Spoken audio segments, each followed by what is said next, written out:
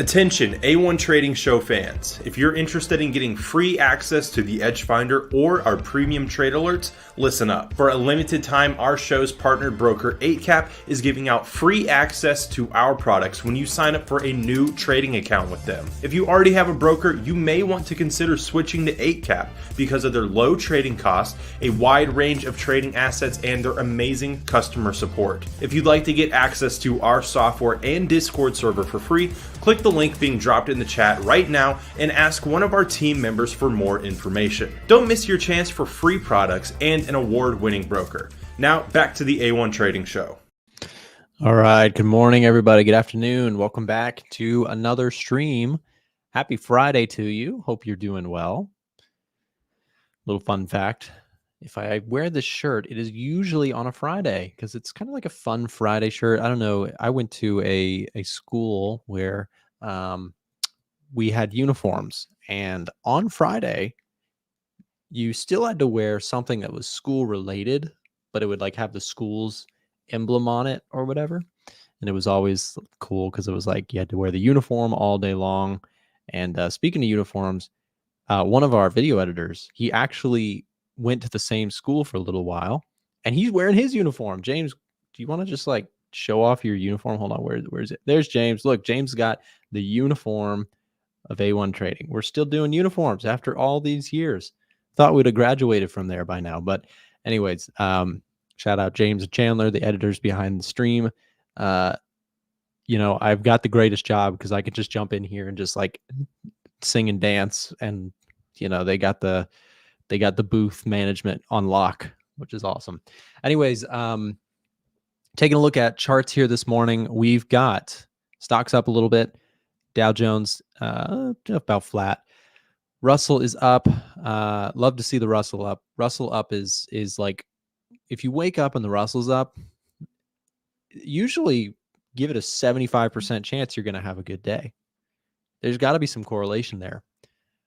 If the Russell is up, most people probably have a good day. That's my guess. The reason I say that is because the Russell is the small cap companies in the United States index. You know, everybody focuses so heavily on the SPX500 and the NASDAQ, like the winner circle of stocks, right?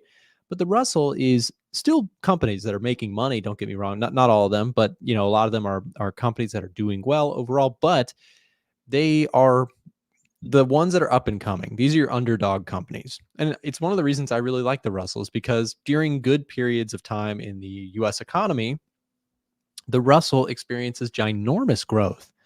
That being said, people like to the you know, S&P 500, these companies have sort of almost become like the safe haven sort of areas, which is a weird thing to say because nothing about stocks is safe.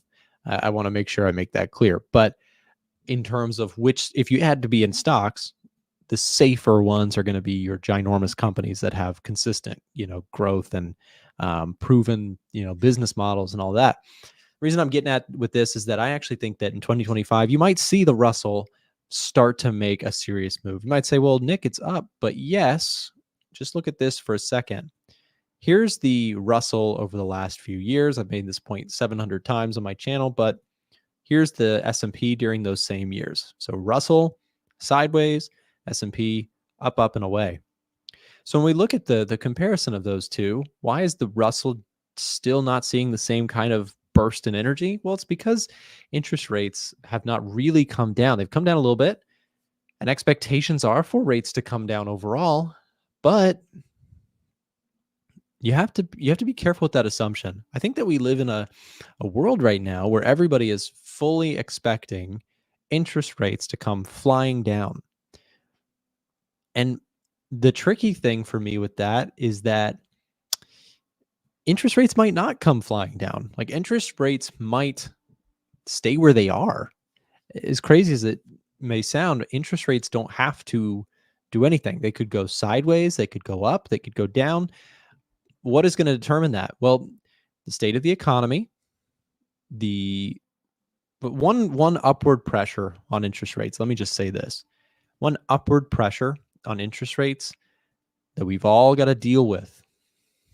Anybody know what it is? Why should interest rates have some sort of floor to them?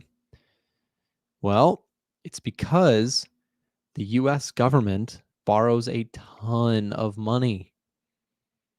To issue new debt, they have to make it enticing. And with the US government so piled on with debt, it's one of those things you have to be aware that high amounts of debt is a risk to people who want to lend you money. Think about this. If I told you that I am super in debt, would you lend me money? Like if I told you I have nothing in my pockets, that I'm completely broke and I'm spending like a monster and I have no money and I have a huge pile of debt, ask yourself this: would you lend me money? That would be foolish, right? So what if I told you I would give you 10% on your money? You're like, well, you're still kind of broke, so I don't know. What if I offered you 20? Then you might be like, okay, let me look into it. Let me see. If you're going to offer me 20% on my money every year, you see what I mean? So this is where, when we talk about the treasury, in my opinion, with so much debt, so much government debt, yields can't skyrocket or plummet too far unless you have a recession. A recession would change that. Because then people would say, well, get out of stocks and at least go into treasuries. They're lower risk than stocks in that environment. But I just make this point because it's really important. A lot of people think that rates are just going to plummet down, down, down. And it is very possible that we actually enter into a longer term average with yields. And this is a really important topic. So I know, we'll get to gold and indices and all that, but this is probably one of the most important topics we could discuss as a community here.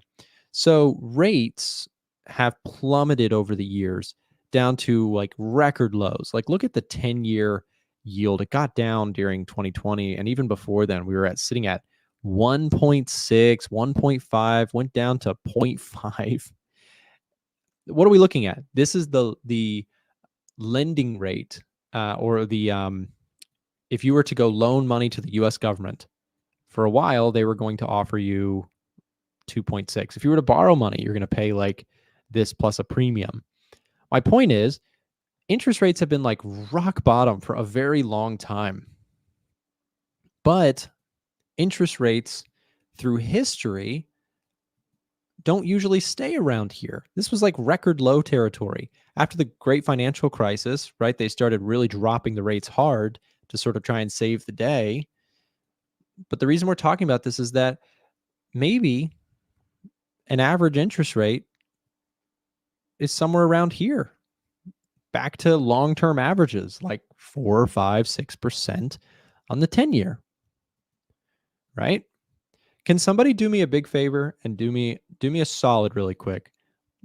Lee or Ball Out, one of our regulars, Benny, can you guys do me a favor? Can you search up what the long-term average yield on the 10-year treasury bond note is? Can you find that information out? Like, can we go back a few decades? Maybe James and Chandler will race you on it.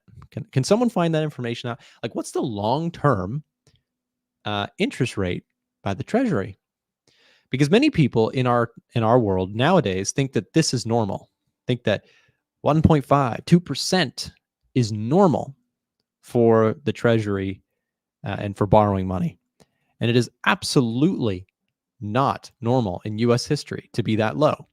We got that low following, it's this weird story, okay? In 2008, the world saw a ugly financial crisis. And to combat that, the theory was, let's lower interest rates aggressively to try and save this economy. But then the weird thing is that people got used to that. It's almost like they got addicted to it, right? Low interest rates are great for people who need to buy a car, buy a house. It's convenient, right? If I need to go borrow money, I could borrow money at 2.5, 2.7% per year. It's basically free money. People got addicted to free money. And the dangers of that is that when that reverts back to long-term averages, thanks to Benny and Ball Out, we got two different numbers. But my point is this: 4.25, 5.85, 15%-ish, right? He had some crazy high stuff. We're doing as a community some research here. Appreciate you guys. 4.39. Thank you guys, Charles. Appreciate you.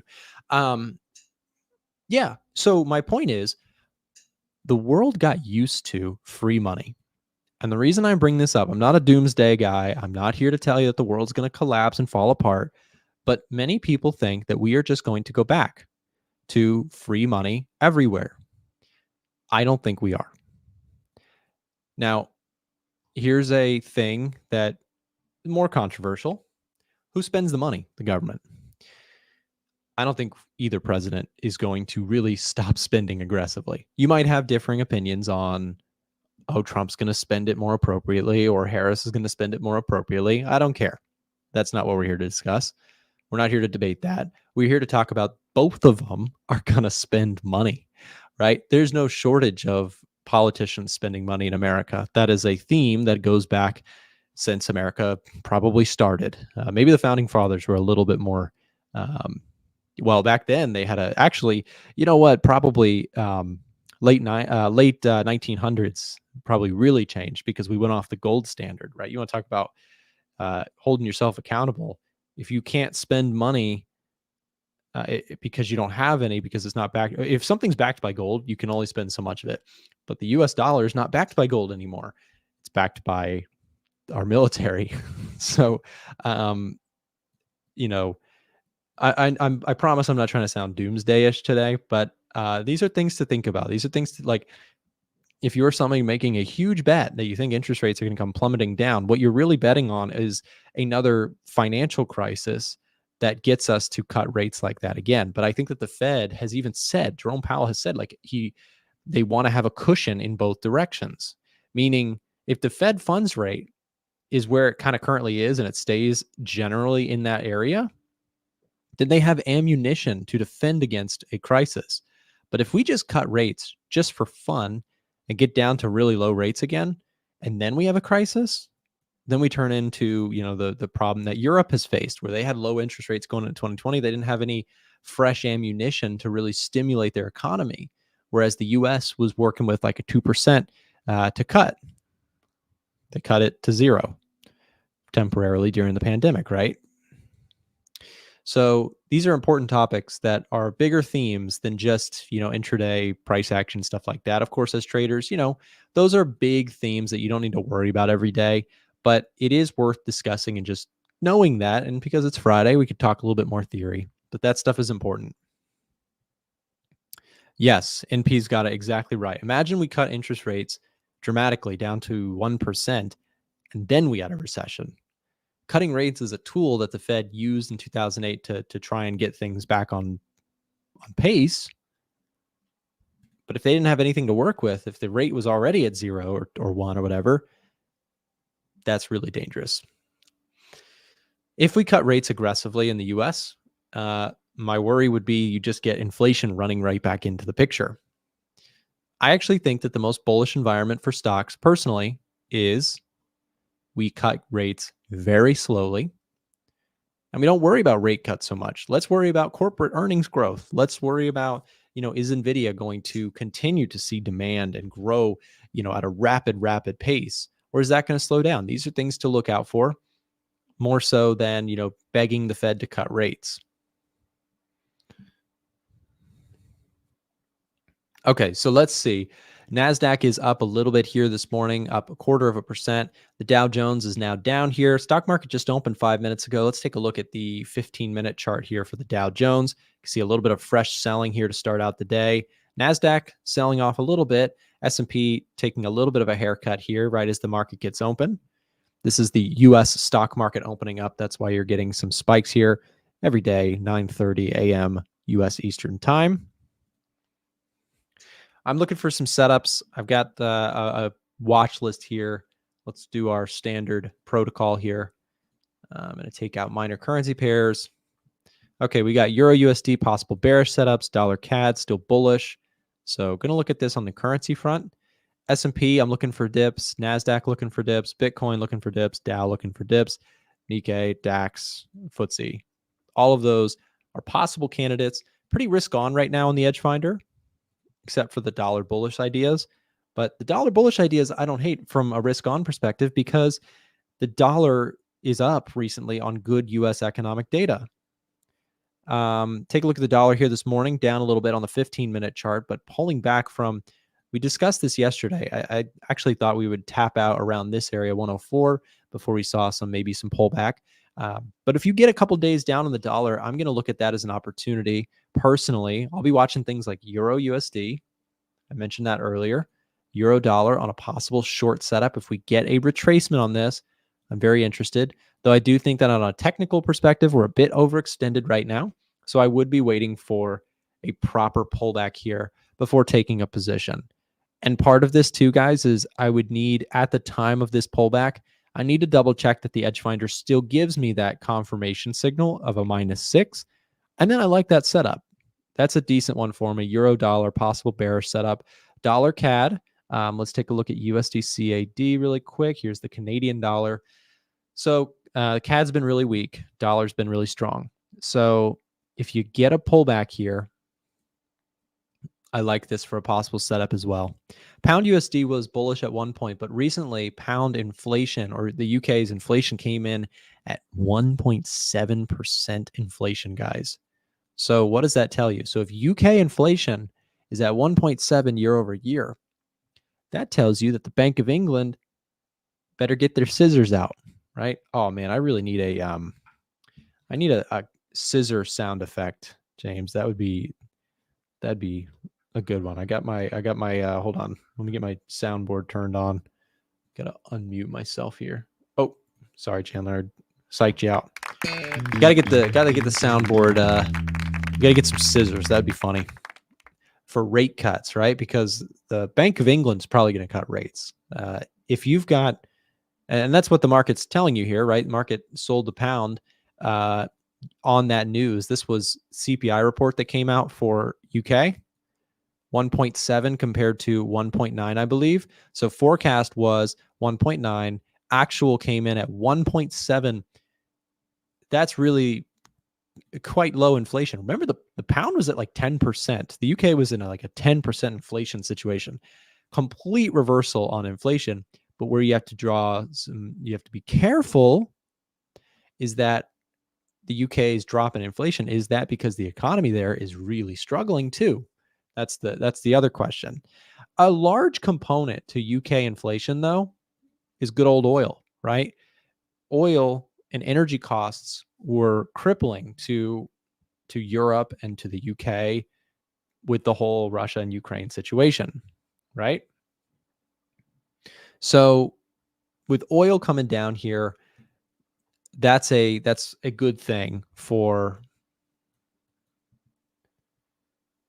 inflation, the story of that.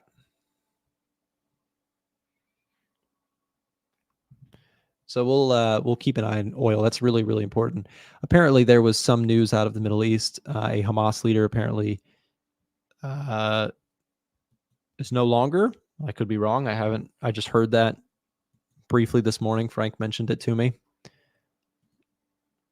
Why would that drop oil prices? Well, because if there is in any way de-escalation whatsoever, that's going to be bearish for oil. And if there's any escalation in the Middle East, Ukraine, etc., anything that could threaten the supply of oil globally, it will cause the price to go up, right? Thoughts on US 30? Yeah, so I like the Dow. I like the NASDAQ. I like the S&P. I like all the indices long. I don't like them short. But Dow is too far away for me to take an entry. So nothing to do here.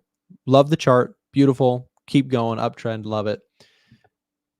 But can't enter it. NASDAQ, I don't have a position on, but I do have a position on a large component of it, the SMH, which is an ETF that tracks semiconductors. These are your NVIDIAs, your Taiwan Semiconductor, which popped recently. This big jump was because Taiwan Semi, a very notorious, Taiwanese semiconductor manufacturing company, had really good earnings and projections. And that's what you want to see in the semiconductor world. These things are very expensively priced, and we all know that, but they're expensively priced because there's a huge demand for chips, right? Semiconductors. So semiconductors have been a really dramatic area of the market recently. But I added to my position recently with the news. So I'll tell you this, I don't usually make big decisions based on news articles or headlines or whatever, but sometimes I will use them to add to positions that I like. So semiconductors, let's do something. It's Friday, and I want to show you guys something. Can I show you guys something? Let me see.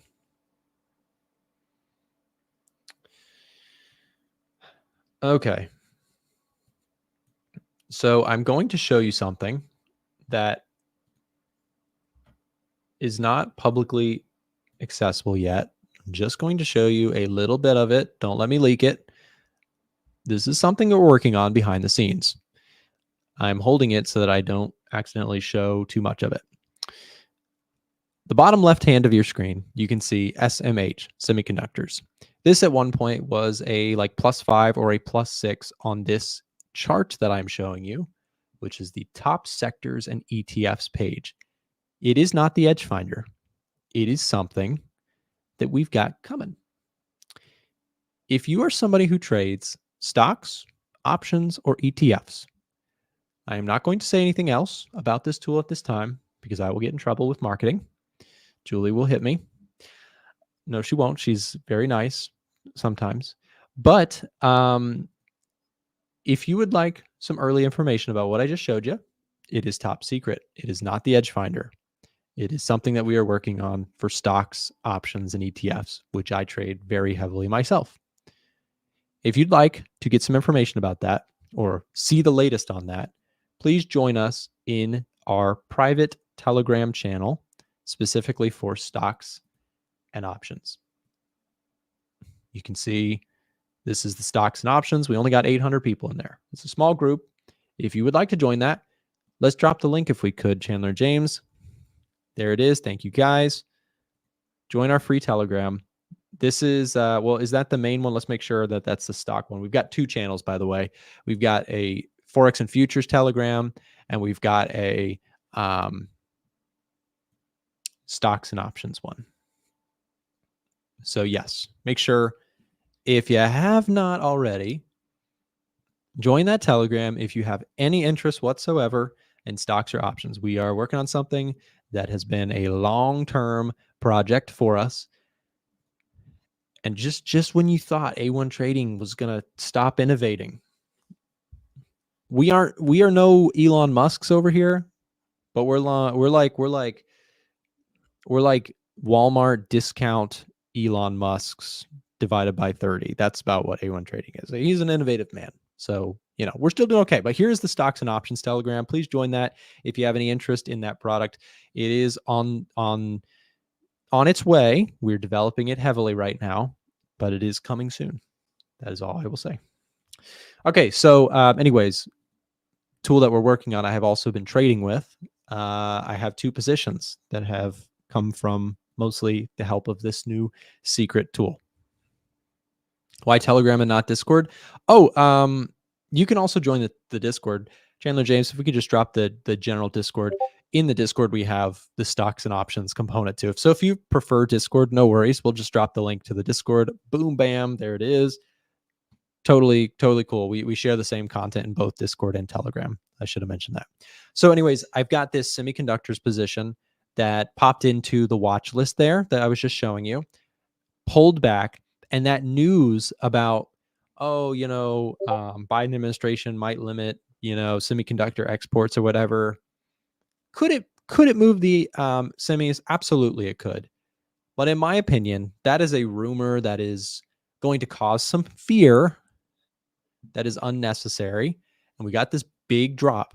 And I took that as an opportunity to add to my semiconductors position.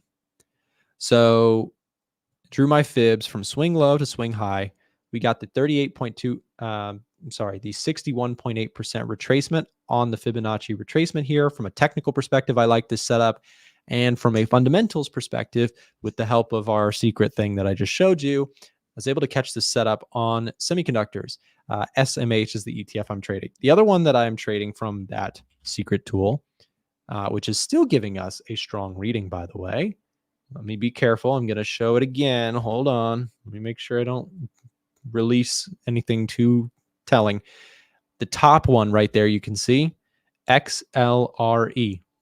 That is an ETF that tracks real estate in the United States, or, broadly speaking, a lot of different real estate things in one, a lot of different real estate companies, stocks in one ETF. So ETFs are something that I trade a lot. And I took this setup and it was like clean. Price came down. I entered over here. I'm currently sitting in that setup.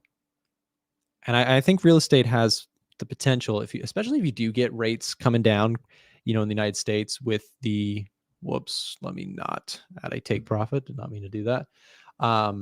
If rates continue to come down and the economy holds out, I think real estate is a decent spot for some momentum going into 2025. So I like the trade. I'm long currently. It was another idea that I took off of this new secret tool. Anyways, gold is topping the charts here today, guys. Gold is taking no breaks in absolutely ripping this year. Look at this. I mean, this was like, the gold is so aggressively bullish right now that's like the kind of pullbacks that you're getting this year as like a maximum. Like that. Let me look at the pullback here. This is a pullback on the price of gold of 3%. And that's like generous this year. Let's take a look. Pullback over here was 2%. Pullback over here, 2%. Pullback over here was pretty big, 5%. So you got 5% pullback. Pullbacks here, 3%, 3%, 4%. Max from there was 6. So like you're telling me this year, the biggest pullback you've gotten was a 6% drop in the price of gold. Gold is taking absolutely no prisoners. This is gold right now, okay? That is gold this year. Like gold is a monster. It is a samurai clad in armor defeating its opponents in For Honor. I've never played For Honor, but those like sequences in that game are like so cool looking. I see them on the internet sometimes.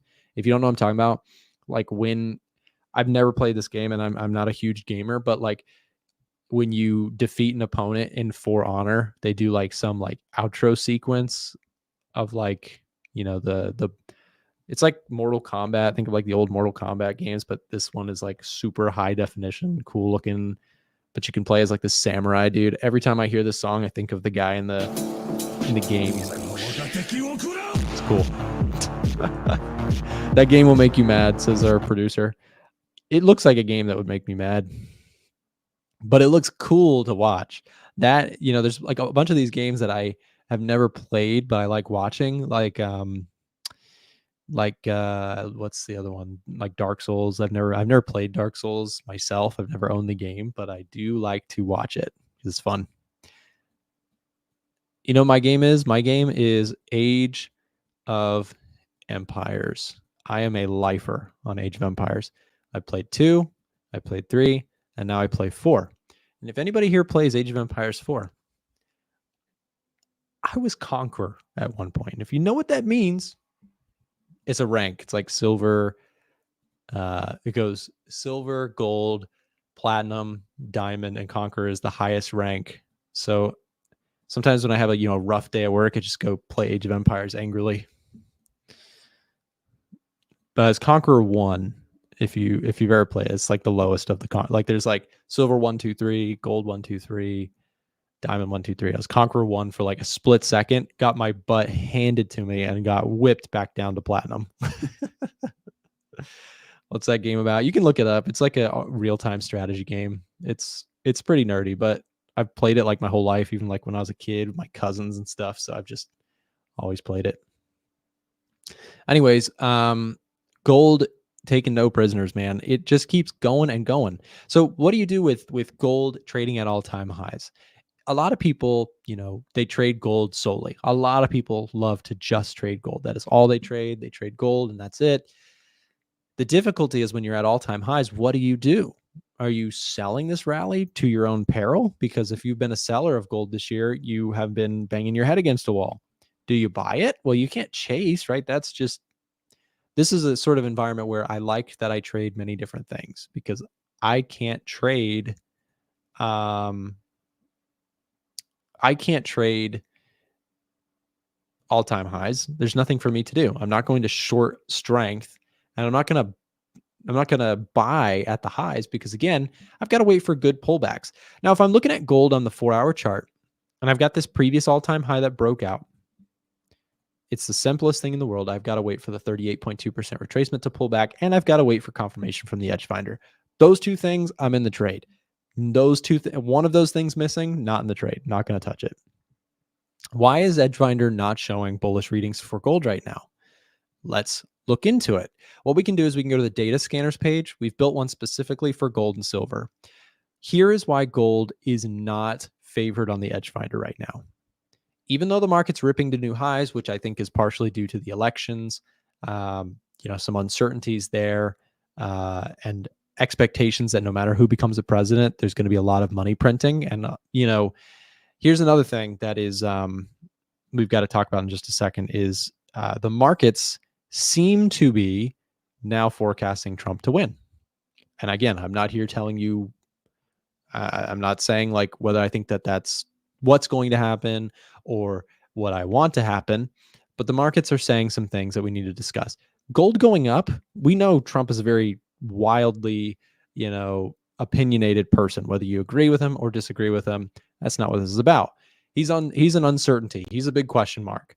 And so gold thrives on that. So evidence number one, gold is up. Evidence number two, yields are up. Trump's a money printing spender. He spends some money, right?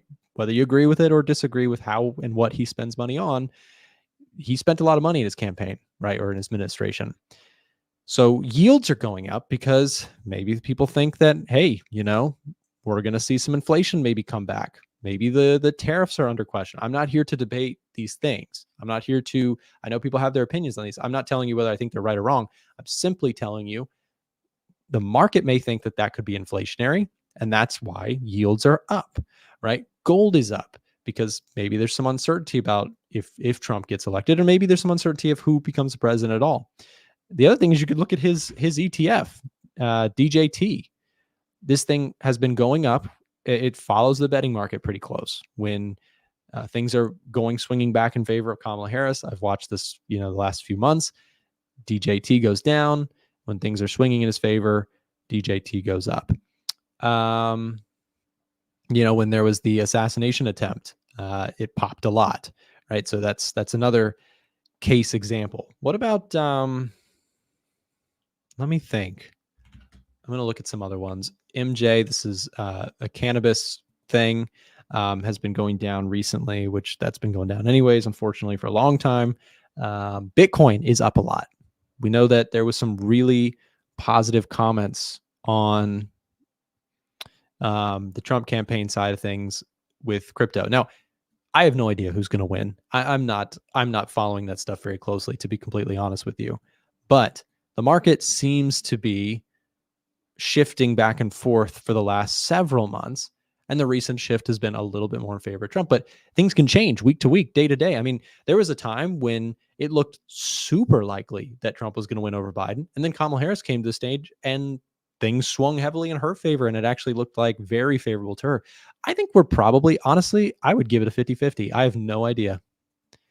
Now, the market itself is going to likely, why does this matter to us as traders? Well, it matters to us as traders because for the next couple of weeks, the markets are going to be volatile, trying to figure out who it is going to be and what each candidate would mean for the markets, right? But I'll say this, I don't think that the overall stock market will drop or rally only off of which one becomes the president. I think most, let's look at this. People love to say like, oh, if so-and-so wins or loses, both of these candidates have had rock solid stock markets, right? So if you're somebody who's trying to make the case for stocks are going to crash if so-and-so wins, well, stocks have been going up very well for the last 5 years overall. It's been a really good period in the stock market, despite all the craziness in the world. So, as actually, people who have to make decisions, I would say don't make your decisions off of who you think is going to be the president. That is what people overestimate so greatly, who the president's going to be, so on and so forth. Focus on two things. I've said this for months now, and I'm going to go back to it. Focus on two things. But if you're somebody who tries to trade fundamentals, a trap, in my opinion, is to obsess over the election and try and make calls on what's going to happen based on it. Here are the two things we look at day one, and this is only we're going to look at for me. Fed, economy. That's all I need. Headlines, politician stuff, games being played, whatever. I don't care about that. That's not going to change my decision as to whether or not I think tech companies will go up or down. These are the two things that I will look at to try and make a decision as to whether or not I think gold will do certain things, etc. So with gold trading at where it is, I don't love gold prices here, because I think that when we look at back to where we started here with this whole thing, gold prices, in my opinion, are looking a little overextended because the economic data has been coming in really solid. Let's go through the list really quick. GDP growth has come in as expected, right? So we're not seeing a big drop in GDP.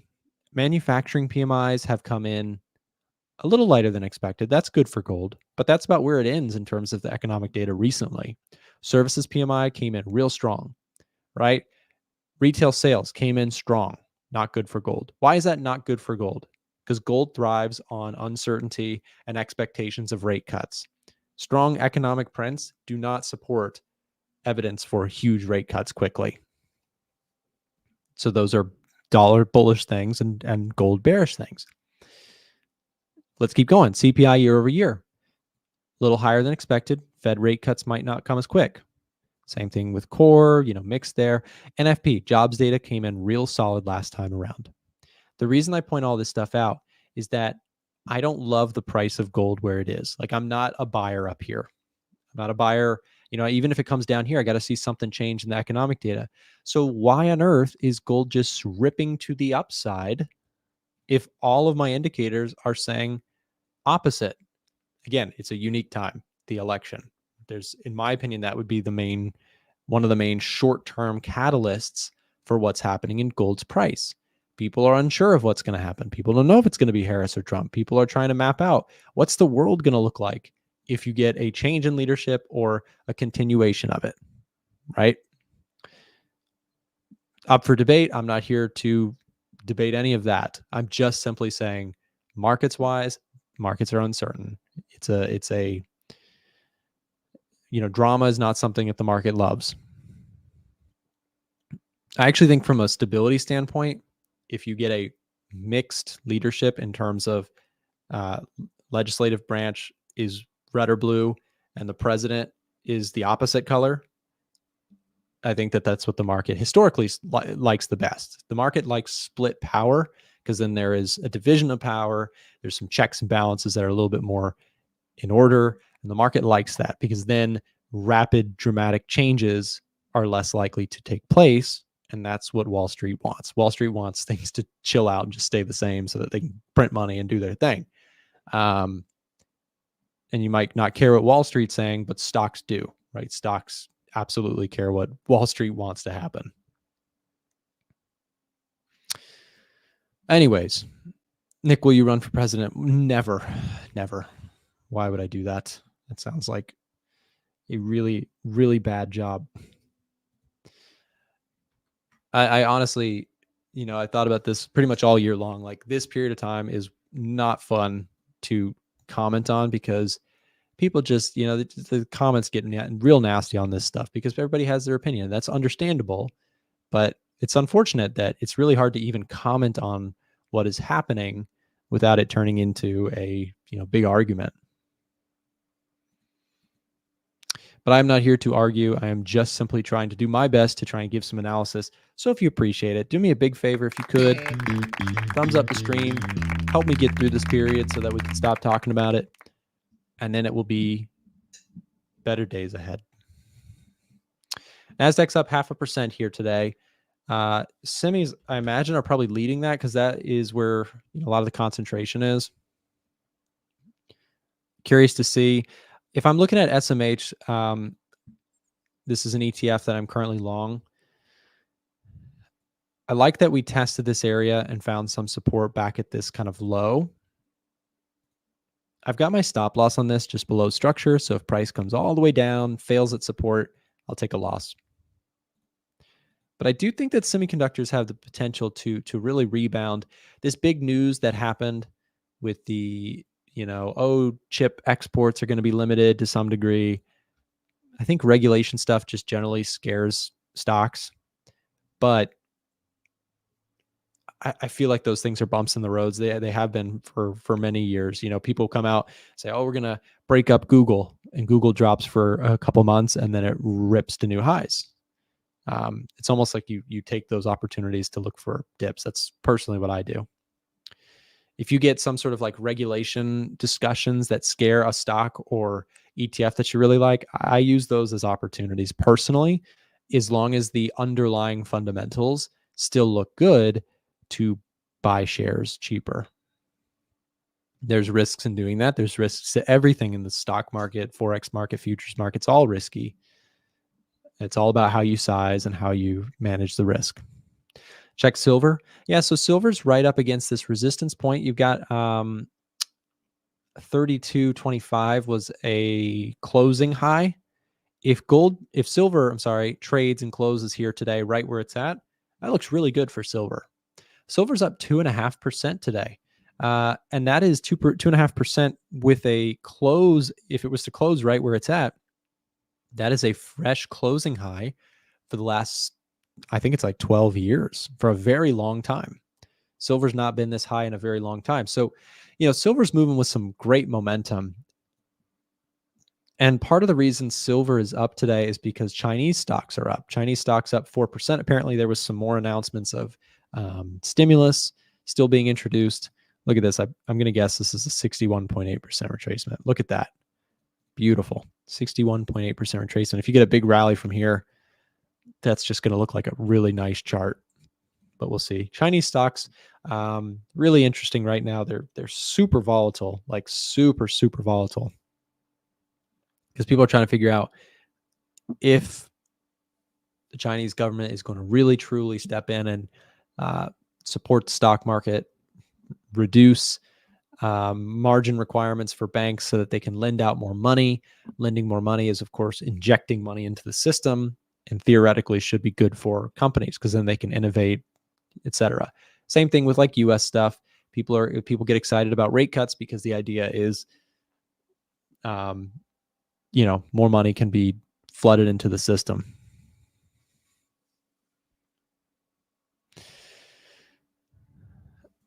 Anyways, yeah, so this is the big story for me with gold. I'm getting too many bearish indicators. We're not getting bearish readings on the Edge Finder because why is it not giving us a bearish reading? Why is it a neutral reading? Because price action is still very solid. We keep this trend reading in our scoring to keep like a bit of a check, right? Trend is clearly to the upside for gold. So I'm not gonna go betting against the trend here. COT is a bit mixed. You've got long percentage was very high for COT, but the weekly change was a big sell-off. So we can track smart money in this one gold and silver data scanner page. If you have the Edge Finder, we've got COT data in a sort of summarized version right here. You can see the long percentage overall, net exposure from institutional money is pretty long gold, but in the latest filing, it was a bearish swing, right? So they must have decreased longs or increased shorts pretty significantly. And that's why the score is 0. It's because you're getting a mixed reading, right? Let's think about this. Big money is really long gold, but recently has been selling. That's the way to read this. So it's a neutral reading. So a lot of the economic data points are pointing bearish, but momentum is to the upside. Seasonality is to the downside. It's not a particularly, sorry, there's our seasonality. Seasonality is on a 10-year basis. This is a bearish month. The month of October is historically a bearish month in the last 10 years for gold's price. We could always check that if we want to go take a closer look at seasonality. Pull up gold really quick. You can see in the last 10 years, October is historically a bearish month for gold. We had a really bullish period of time for gold. That worked out really well if you were long gold during those times. Last month did not work at all, right? Seasonality is not perfect, but this is why when we map out our scoring algorithm, we don't look at one thing in isolation. We look at many different items, metrics, to try and make a call one way or the other based on those indicators. So currently, if you take a look at like indices I'm really liking right now because we've got some pretty clear signals to stay bullish from the Edge Finder. Of course, the Edge Finder, like anything, is not always right. It's not a holy grail system. But this year, I've really had some really great trades. When gold was very bullish on here, indices have been pretty bullish off and on this year as well. Those have been some really good plays. So I do like indices long. I'm still looking for pullbacks on things like the S&P, the Dow Jones, but just waiting for that. By the way, if you guys want to try this out, if you want to try the Edge Finder out, we'll drop a link here. You can sign up for some information about our trials. If you apply for a trial, you'll get sent an email with all the information. If you'd like to try out our tool to see if it's right for you, you get 30 days access to the tool. Click this link right here to try it out. Just fill out that application and we'll send you information. You get access to the seasonality data, the commitment of traders report, so you can track smart money. You got the put call ratio, retail sentiment, investor sentiment, all the economic data scores or reports. Like if I want to look at GDP growth in the US or different countries, right? You can do that. If you want to look at labor data, I can look at, of course, the US jobs reports, all of this in one place. If you do not have access to our software, try it out for 30 days. It's not a free trial. It is a trial that has a fee attached to it, but the fee that you pay gets credited towards your final purchase. So if that's something you're interested in and you want some more information, take a second to fill out our application form that just got dropped in the live chat, wherever you're watching. And if you're watching on Twitter, maybe grab it from the pinned comment of my profile link, or if you're watching on YouTube, the description should have it as well.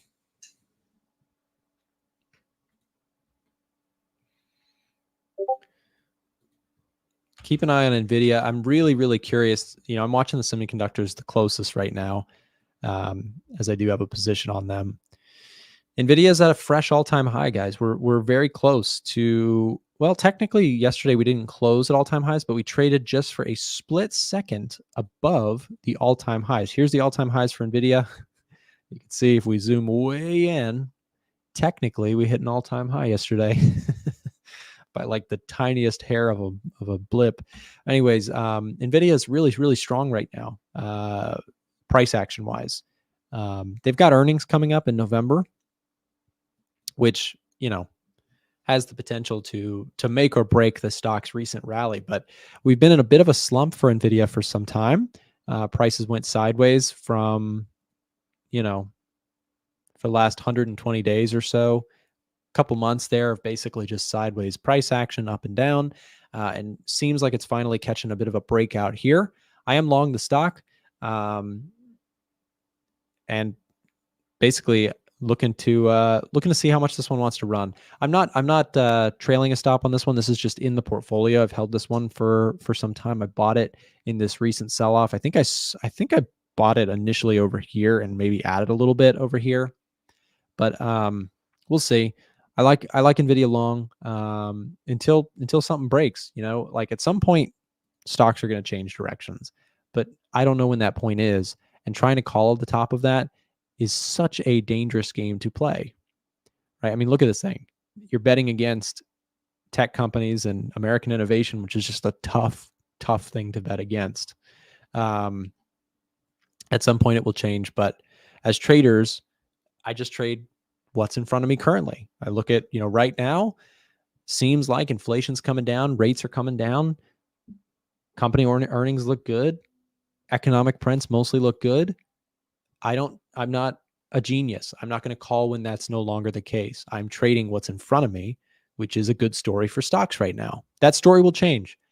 Understand that I'm not an idiot that thinks that, stocks only ever go up. I understand that things can change, but I have indicators in place, a system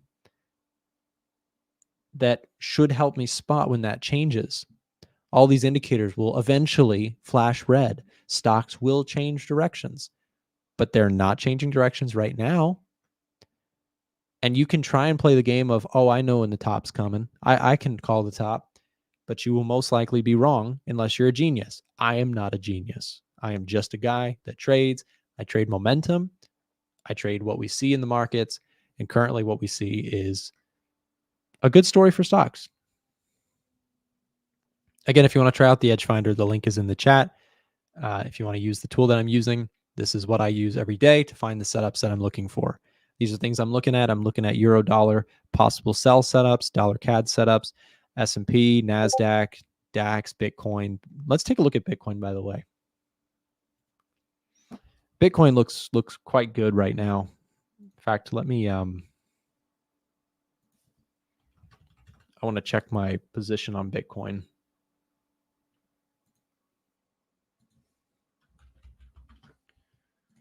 Okay.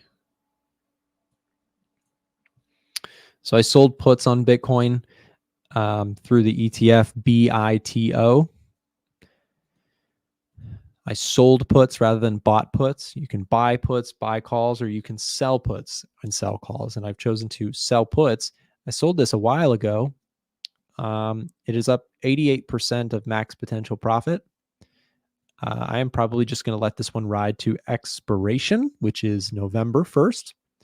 On November 1st, if Bitcoin is trading, or BITO is trading above this level, 15.5, to any capacity, I will make a total of $660. So I sold puts on BITO. Would have been fine if if Bitcoin came down. I was looking for long opportunities, but didn't get it. And that's okay. I'll just collect the premium. And if we get a dip in Bitcoin, I'll probably sell puts again. So BITO is cool because you can trade options on Bitcoin, which is, there's risk in everything. So you probably shouldn't trade at all. No financial advice here. Trading is hard. Most people lose money. It is very, very difficult. But if you are going to trade, my opinion is you just want to be way more risk adverse than you think you need to be. It will serve you well in the end. A lot of people think that they're being safe, just to realize, the markets can do crazy things. Nick, there's a mobile version of Age of Empires. You can kiss your free time goodbye if you install that. I'm not going to install that. Just kidding. No, it's that would be bad for me. That would be bad for me. I could play it on the go. Are you kidding me? Anyways, in just a second, guys, we've got our next show host coming in. We got Chris Pulver, who is going to be taking a look at some charts here for this Friday trading action.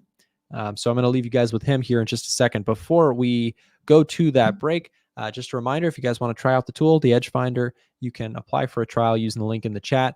If you want to join our Discord, we'll also link that in the description and the chat here as well. And as we go into Chris Pulver's section, just a reminder that if you are already a member and you do not have access to Chris Pulver's trading signals, they are available on our website, a1trading.com/pulver-alerts, or you can speak directly with a member of our support team by chatting with them if you have any questions about getting access to his trades. Stay tuned. Chris is coming in right after this quick break.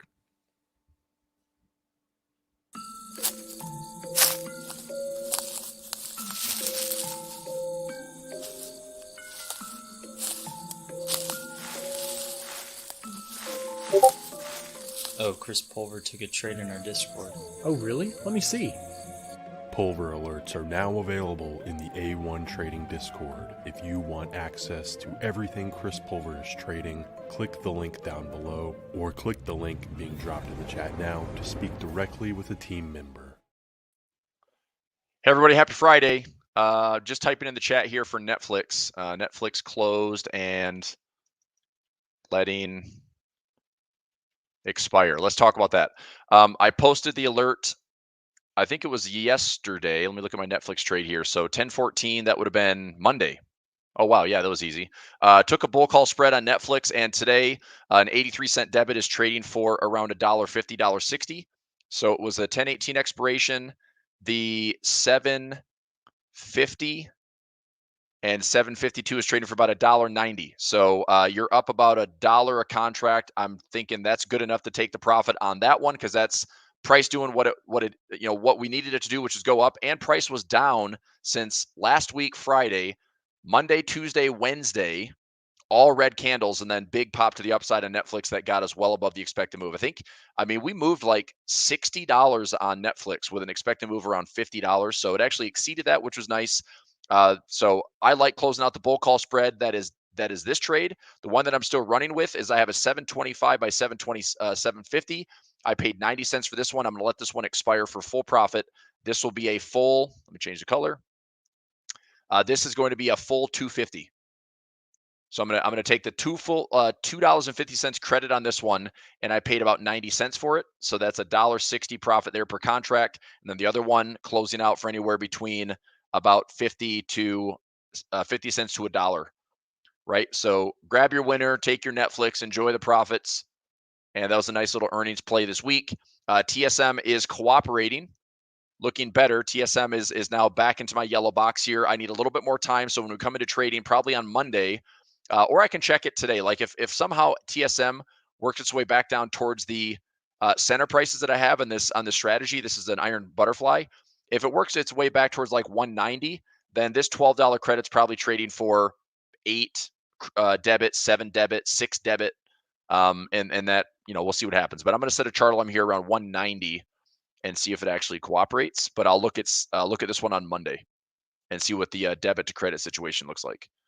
Okay, so Netflix, nice little winner, big pop to the upside. What is annoying is I was hoping we could get a chance to play some bull put spreads, but instead it just popped right up here. I wouldn't be surprised if we have a Netflix excited move today, and then it starts to fade that gap as we go into election the next 2-3 weeks, if it's not just purely determined to go higher. So anyway, this is a nice little win. I still have some income trades on Netflix as well. That trade is close for profit. That's the strike price that I needed to get price above it, and it did. That's a big move. So close yesterday, open at 7:30, and then ripping up another $20 to $25 on the day. That's a pretty impressive run for Netflix. It's up 10.48%, and the average for Netflix, I think it was around 8 or 9%. Let's find out. It says 11.89, so we are pushing close to that. I think I did like a 10% calculation. But the one thing that I didn't plan on this week was having price be directional Monday, Tuesday, Wednesday, Thursday, and then today is all after earnings. And I mean, that's crazy, right? Friday, Monday, Tuesday, Wednesday, Thursday, this thing has been down, and then today was enough to rip it all the way back up to all-time highs. So good profit on Netflix. I'm happy closing it out. And then the nice thing is I threw in another bull as this was dropping. I threw in another bull call spread at 725 and 727.50, and that one is unlikely to get it tested. I mean, if I look at my options chain right now, this is the expected move. Okay, so I can clear this because that trade is done. But the odds of this thing falling all the way back down to threaten my 727.50 is, I'm not saying it's impossible, but right now that is what? That's a 4% probability. Yeah. So that's a good thing. Okay, so that should be full profit by the end of the day, and I'll let that expire at 250 credit. I take away the debit, which was 90 cents. So I'll make $1.60 on that trade. And I'm happy. And then I got a couple trades running on SPX this morning. So far, so good. Price is cooperating. I'll see if those chime in for a quick win. I got 2 trades running on SPX this morning. And right now, we're getting closer to profit on that one. And we are getting closer to profit on that one. So hopefully it's 2 more wins to add to the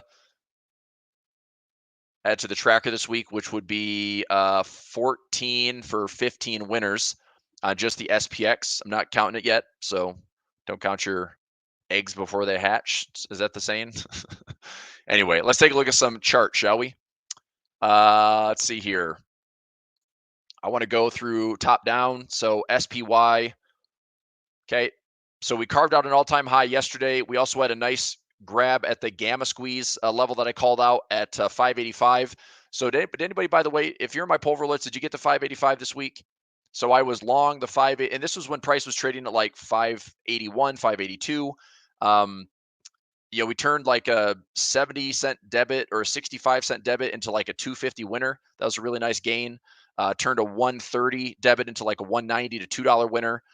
Turned $1.90 into like $5 and change winner. So that was a nice little stack profit on the SPY this week, plus the Netflix trade this week. It's been pretty good. So if you're in the pulver alerts, then thumbs up. Let's see here. NP saying already down a lot today. Okay.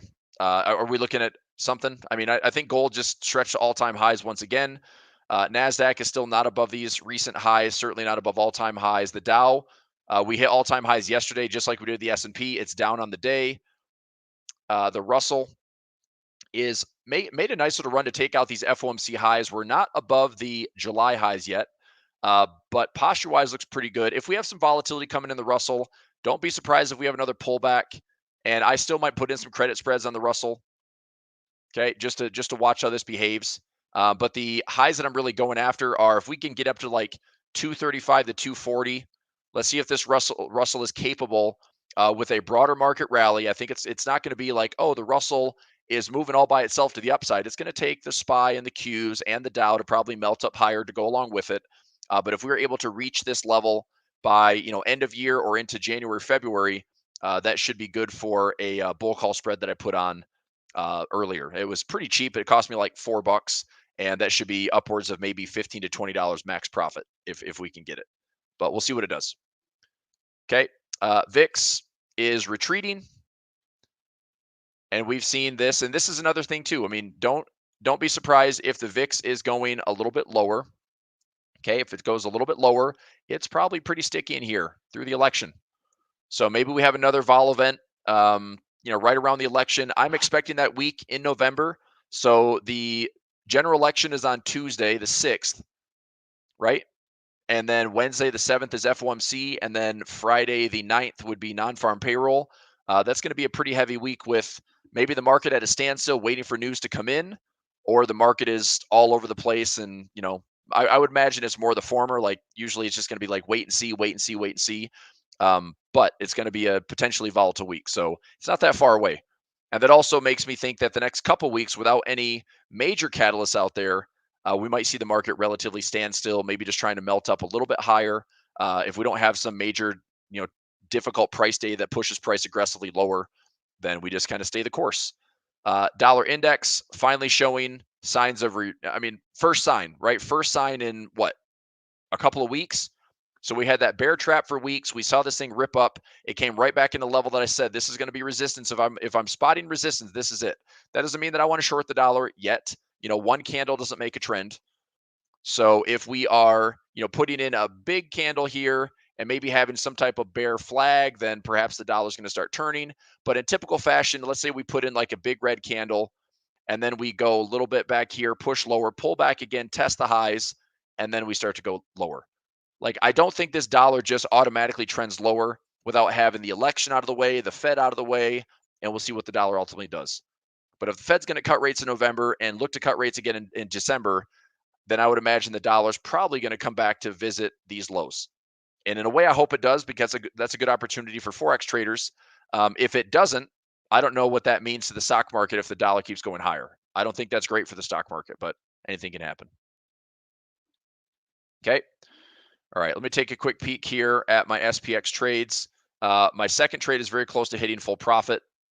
That is a 20% take profit. It's got to be getting close to getting debited out here. I need just a few more minutes. And then trade number 1, it is trading. So they're very close to the profit targets right now. Those should be chiming out here in just a minute. So come on, Tasty, let me know, and hopefully knock out 2 more winners for the day. Anyway, that's the dollar. Oil, man, I'm glad I'm not long on oil right now. If you're short oil, hopefully you shorted this thing at the 200 EMA. But yeah, this oil stuff is pretty wild and crazy. I mean, I think this is probably the best thing we can see for inflation, despite everything else going higher. PMI numbers are higher. Job numbers are pretty stable. I just read something this morning that it's like, oh, the Fed should not have done the jumbo cut into September. It's like, okay, well, they did, because if you remember 2 months ago, everyone was worried about a freaking recession in the SOM roll. So, I mean, I honestly think that the Fed did enough in September to then see the data spur the market. I mean, is the Fed really cut out for profit? That's good. So that's a winner. Exited $1.20. Very nice. I'm looking for my 75 to turn into 50. That's got to be pretty close here.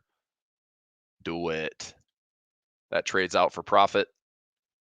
And this one is, all right, I need a few more cents. Come on. Anyway, I just think that whatever, it's just pundits, it's talking heads. The Fed should, whatever. Then run the Fed if you think you can do it better. 12 people should never have as much power as they do anyway. The fact that the market is so reliant on the Fed for its influence and its manipulation and its, accommodation, it drives us crazy. But, there's two ways to do it. There's either don't fight the Fed or fight the Fed. If you fight the Fed, that's proven to be pretty stupid the last 20 years. And even now, I think that the Fed, has somehow orchestrated a pretty good landing, but something's going to break later. I don't think we can run to all-time highs. We're going to have inflation be sticky. I'm pretty certain that we can't just see inflation drop below 2%. I would be shocked. And if we dip below 2%, it's because either oil is crashing, okay, which has conflicts of its own. So if oil crashes, inflation goes down, everyone's excited, but then we have conflict and possibly war. And on top of that, we see, I mean, the one thing I'm pretty pissed about this week is watching the 30-year mortgage rate go up. The Fed just cut rates by 50 basis points, and they're like, yeah, that was cool, but we're going to go up 35 to 40 basis points right now. So all you people talking about buying houses, refinancing, not going to happen. Not yet. So I don't know. This is really annoying. And the same thing in the yield market. Okay. 2% or the 2-year yield is still sticky after that rip post September 18. The 10-year is still very sticky. 20-year, 30-year. So if yields are going up, bonds are going down. But on top of that, you have to remember that the bond market is also seen as a safe haven. So if we have kind of dodged the bullet for recession and dodged the bullet for slowdown, the bond market isn't as attractive. So equities are more attractive, which is also what helped propel the market to all-time highs, right? So I get it that yields up, bonds down, but I'm not loving, some of the major financing terms that you'd set based on a cash rate from the Fed, like buying a new car or financing a lease or buying a house and seeing that your 30-year rate is now just jumped up by 35 basis points. Like, what the F, but it is what it is. We'll see what a November, December cut looks like if it does anything to those rates. What I read yesterday was a little bit frustrating. It's like, oh, by the end of next year, the rates will be down to like 5.75 or 5.5. I'm like, screw that, dude. I want to be down to like 5.5 by Q1, but it just may not take effect that quickly. So we'll see what happens. But I could be a frustrated home buyer come April of 2025 and end up spending more money on buying down the rates because I refuse to finance a house at 6%. That's ridiculous. But time will tell. Okay. NP says, I don't think we dodged the bullet. The gun is just, yeah, but so it's not even that. How about kicking the can down the road, which we've literally done since 2008, right? We dodged a bullet in 2008. We dodged like Armageddon in 2008. We dodged it in 2020. And how do we do that? Global stimulus, but right now it's like, we're just kicking the can down the road. And I do think that inflation is going to be tough. It's going to be tough. It's going to be sticky. Apparently people are still spending. Retail sales have gone up. So people are still spending despite living on credit, financing their life through what they think their house is worth. And that would be one thing that could also turn the tables on how healthy the consumer is for the U.S. If all of a sudden house prices start to deteriorate because either there's this rampant up supply or prices in general, it's just like, this is the all-time most unaffordable housing index that we've ever had. Like, our housing market in the U.S. is it's so expensive because rates are super high. everyone's sitting on these, post-COVID gains, thinking that their house is worth double, triple what it really is. And they're thinking like, well, I'll just take out, I've got home equity. I can take out, 20 grand, 50 grand, 100 grand. I'll pay it back but why would you do that? Why would you borrow it, 6%, 8%? That's insane. Well, I could put it in the stock market and I get my 8 to 10%, maybe, until you can't, So anyway, all sorts of stuff that's happening. But I think it's just kicking the can down the road. All right, let's go to some other stuff. So let's get rid of my moving averages. Let's go to gold and silver. So CL is down. I'm staying out of this stuff for right now, unless I see this. So CL is oil futures. What I might end up looking at is if we end up bouncing here, okay, I may look at another bull put spread and just put on a defined risk trade. So we'll see.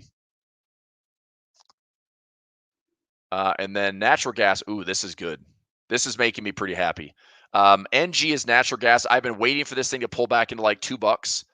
If this pulls back to $2 or $1.60, I'm probably throwing in a couple of credit spreads. So if we get this chart alarm to activate or this chart alarm to activate, I'll set one down at the bottom. I'm looking at a bull put spread here, and it'll be risk defined. I'll go out as far as I can. And that way there's no risk of assignment if we give it time. And obviously I could be wrong. So I'm not looking to take a massive risk here. But if I can do, I don't know, I'm curious if I did like an at the money right now, let me look at natural gas. So NG, let's say that I go out to, I'm going to go to May of next year. May of next year. And if I set it at current price, I would be selling a put at 290, buying a put at 285. I get 28 cents credit. So I can go after a $280 risk to a 280 reward to 220 risk. Love that trade. So I'd probably do 2 contracts there, make 560 to risk 440, and try to call out some technical levels. So I do like that trade quite a bit. But where do I want to set this trade?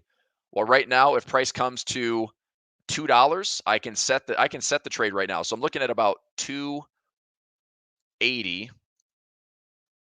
So 290. So this is right around current price.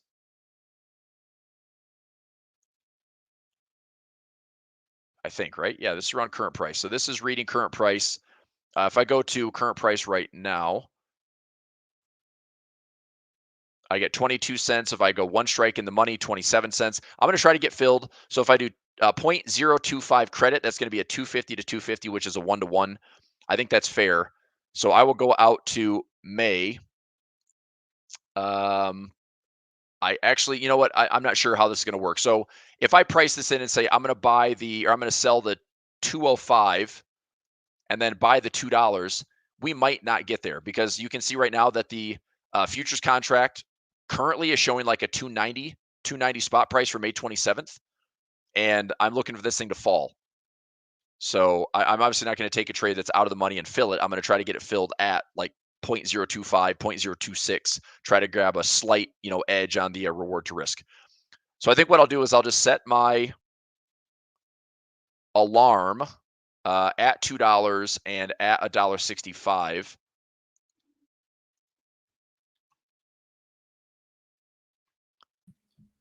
What's up, Chris?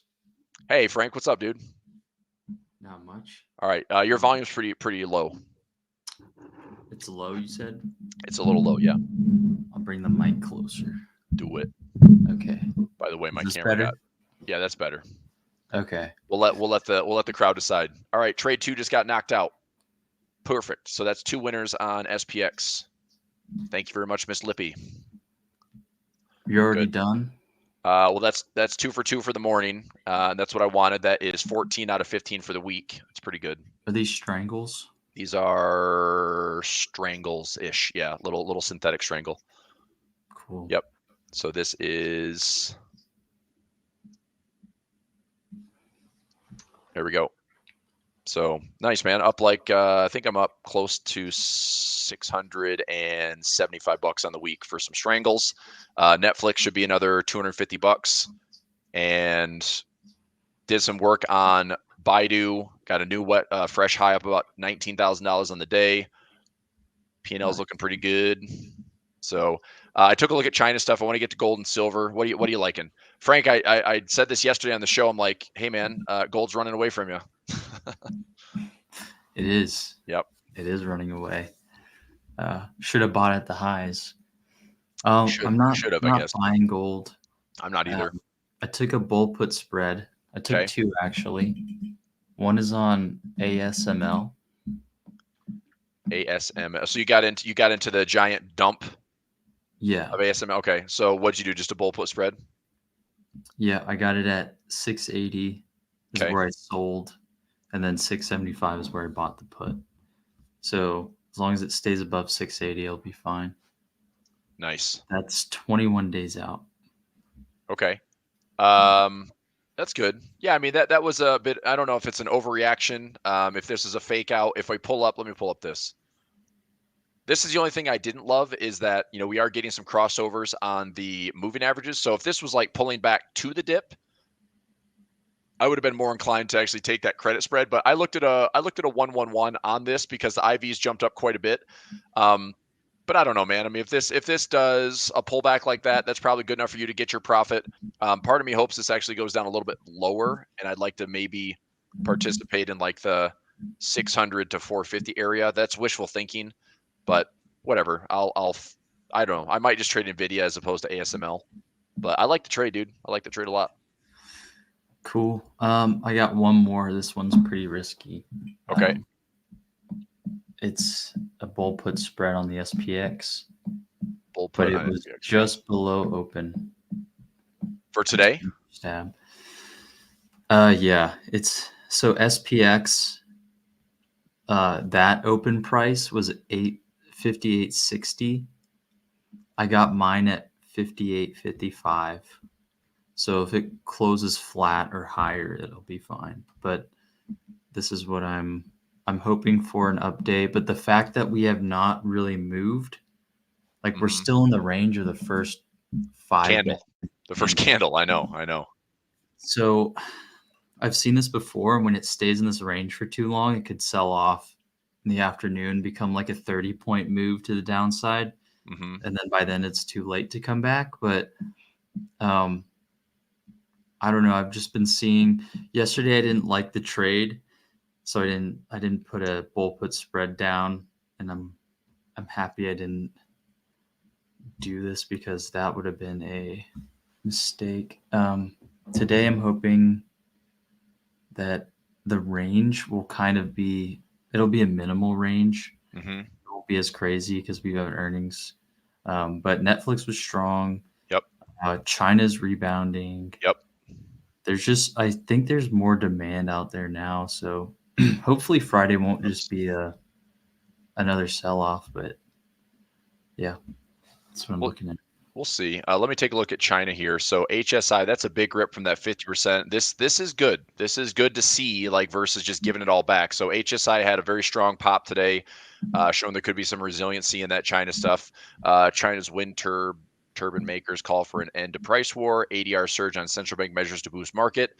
Now we're talking animal spirits. Let's go, baby. Surge in pre-market trading after China's central bank on Friday kicked off funding schemes and urged swift adoption of policies to support capital markets. Do it for like 3 months. That's all I need. Let's see here. Initially pump up as much as 800 billion won or $112 billion in the stock market through newly created monetary policy tools. Perfect. All right, I'm going to take a quick photo of this, and this will be good to share. So yeah, thank you, China. Everybody says that, right? I mean, you should. You buy everything from them, so that's true. Anyway, so I like it. We'll see if there's some follow through there. That's the most important thing. Alibaba gapped higher. It is fading a little bit, but we're still up 1.66%. Baidu off the 70% pullback. The one thing, so 70%, kind of the anatomy of a wedge. That's something I've learned over the years is if we have a low and a high, we pull back 70%. A lot of times it looks like this. And it gets narrower, and then the market has to make a decision. I'm hoping that from carving out this low, that the decision is we get another, follow through to the upside. So we'll see. I'm still holding shares of Baidu and Alibaba. I am in FXI with some credit spreads. Nothing crazy there. Did I take profit on this? Let me check. I think I took some profit in FXI, but let me see. FXI.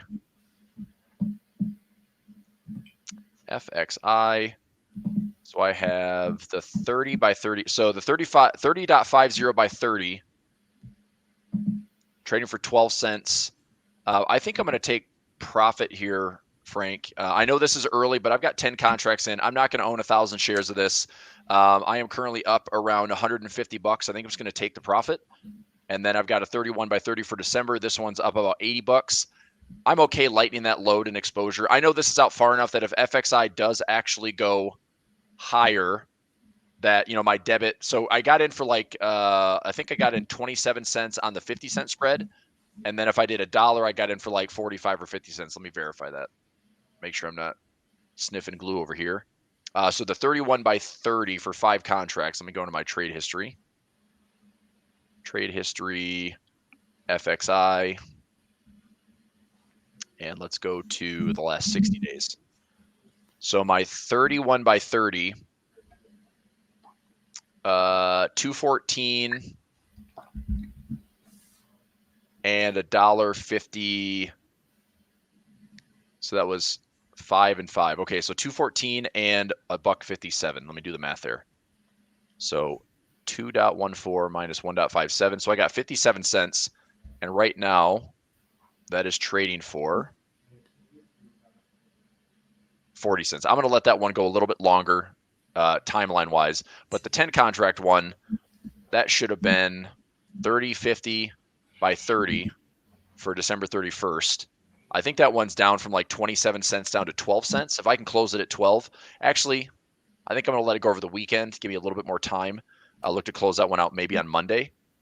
So if I do the same thing here, my 30.5 and my 30, so it is 27 cents, and right now it is showing 15. All right, so I want it to be under 10 cents. If I'm going to close it, I'll make it under 10 cents. Also, there's a little bit of wiggle room here. I mean, we're trading at like 32.18. I'm out of the way. I just want to see if price stays here, goes over the weekend. If this gets less than 10 cents, I know it's not a big deal, but making 17 cents a contract on 1,000 shares, or 10 contracts, I'll make 170 bucks. So whatever, I'll try to grab a few bucks out of that. But yeah, China's looking pretty good, looking better. Do you think that the 6,000 price target for the S&P is still possible by the end of the year? I do. Yeah, I do. I think I do too. Yeah, I think the market is. Look, I think we're gonna get like a nasty. We'll get like a nasty dip or a week, like something like this. Not like a August 5th type event, but I think we could have something along the lines of like a, this was that Labor Day sell-off that seemed a little nasty. I could see the same thing around like election week. Maybe there's enough volatility there. If, maybe we have a bad week in earnings, maybe Mag 7 disappoints and it drags the market lower. I don't know, but something that maybe just the market's like, I'm trying to think of an analogy. It's like the market essentially is in like euphoria. Nothing can stop it. I mean, 1% pullbacks or pauses is like everyone's just buying everything. The soft landing scenario / no landing scenario, it's like everyone's on board with it. I do think there's a lot of greed in this. I do think it's a bit, frothy. I think it's a bit over its skis, but it's like this market has a lot of momentum going to it. Path of least resistance is the upside. As we keep saying, if price isn't proving or confirming that it's doing any type of damage, all this is, okay, we have previous highs. That's now support. Okay. We have previous highs. That's support. So if we have any pullbacks and dips, I'm just going to look to see if those dips get bought. And I'll be, patiently waiting and see if I get something to offer it. If not, the overall portfolio melts up. I'm probably not doing a lot of extra buying at these levels outside of the kind of the short-term income stuff that I do now. But for the most part, positions are up. P&L is pretty solid for the year, and I'm going to see if that will kind of continue to coast. Silver hasn't hit my targets yet. Gold is just running, and I think gold is still fine to stay in. My futures trades are still running with full expirations. Silver, if it gets me profit, that's still a nice little chunk. And then Bitcoin potentially could be like this little hidden bull market that we might see by the end of the year into Q1. So that is kind of the extra juice to my portfolio by the end of the year if things just kind of stay looking good. So I don't think I have to take a bunch of new trades at these highs. because I'd like to obviously buy some dips and pullbacks and see if we have some opportunity to get some discounts. But maybe we don't, and that's okay because I'm still invested. I'm still positioned. If we melt up higher, 6,000 is doable. And I don't know if this chart is perfectly analyzed or not, but it makes some sense to me that this high, we get up into this area. That's the spot that I get a little bit nervous, right? We get up into 6,000 as the market to say, okay, congratulations, milestone achieved, and then bye, bye Felicia, maybe 5%, 10%, who knows? I What do you think every time we hit an all-time high, Uh-huh. within a couple of days, they'll probably pull back some, but I don't know how big a correction will be. Sure. So yeah, that's why I say limited upside in the short term, but I guess in the long term we'll hit that target. Just won't necessarily be a super euphoric move. Agree. Just a giant green candle. I think we'll just see like a slow chug, like we've been saying. Yeah. So that's why I want to do these spreads, and hopefully be able to contain price and continue to do so. Today is looking uncertain though. We're at 58.56. Yep. So And, really and your sell put is 58.55? yeah. Dude, gutsy play cotton. What'd you collect on that? 250. So Okay. It's a 1-for-1 then. 1-to-1. Yep. All right, man. We'll see. The nice thing is our opening candle is still the range for the day. And that's, for my SPX trades this morning, that was perfect. What would be kind of nice, because we hit these highs yesterday, would be just another little drift for you and, close out above the opening bell range and see if we can just make our way up to these highs and maybe not get there, but just try. If we try, that's good enough for you. That's the nice thing about a credit spread is you got all day. So the later this goes, if it just stays around, 58.60 or so, maybe peaks up to 58.65. Question for you. Are you going to let it ride all the way to expiration, or are you going to try to take, if you're up like 50%, would you take it off the table? No, I'm going to let it go. Oh my God. You're so gut. No, I'm just kidding. That's good. It's not because of that. If I had unlimited day trades, I'd be out. Oh, that's right. You keep coming back to that day trade stuff. Yeah. Yep. If it's an emergency, whereas like losing 250 is not necessarily an account emergency. I get it. If this was a big trade though, like if I had a bunch of contracts, then yes, but I don't know. This is also kind of an experiment. I'm trying to see if I can use discretion and the odds of being green. Yeah. For 50-60% of the time on a daily candle or a weekly candle, if I can, successfully collect premium each day. And I know I'll lose some. I already have. I've lost 2 out of the 11, I guess. Yeah. So that you finally just added this one today. I thought you were really doing this like kind of every day, if you can. I wanted to, but yesterday was hard. But it's still day trades. Dude, what if you did this, Frank? What if you can you trade ES on your what you're using Webull for these trades?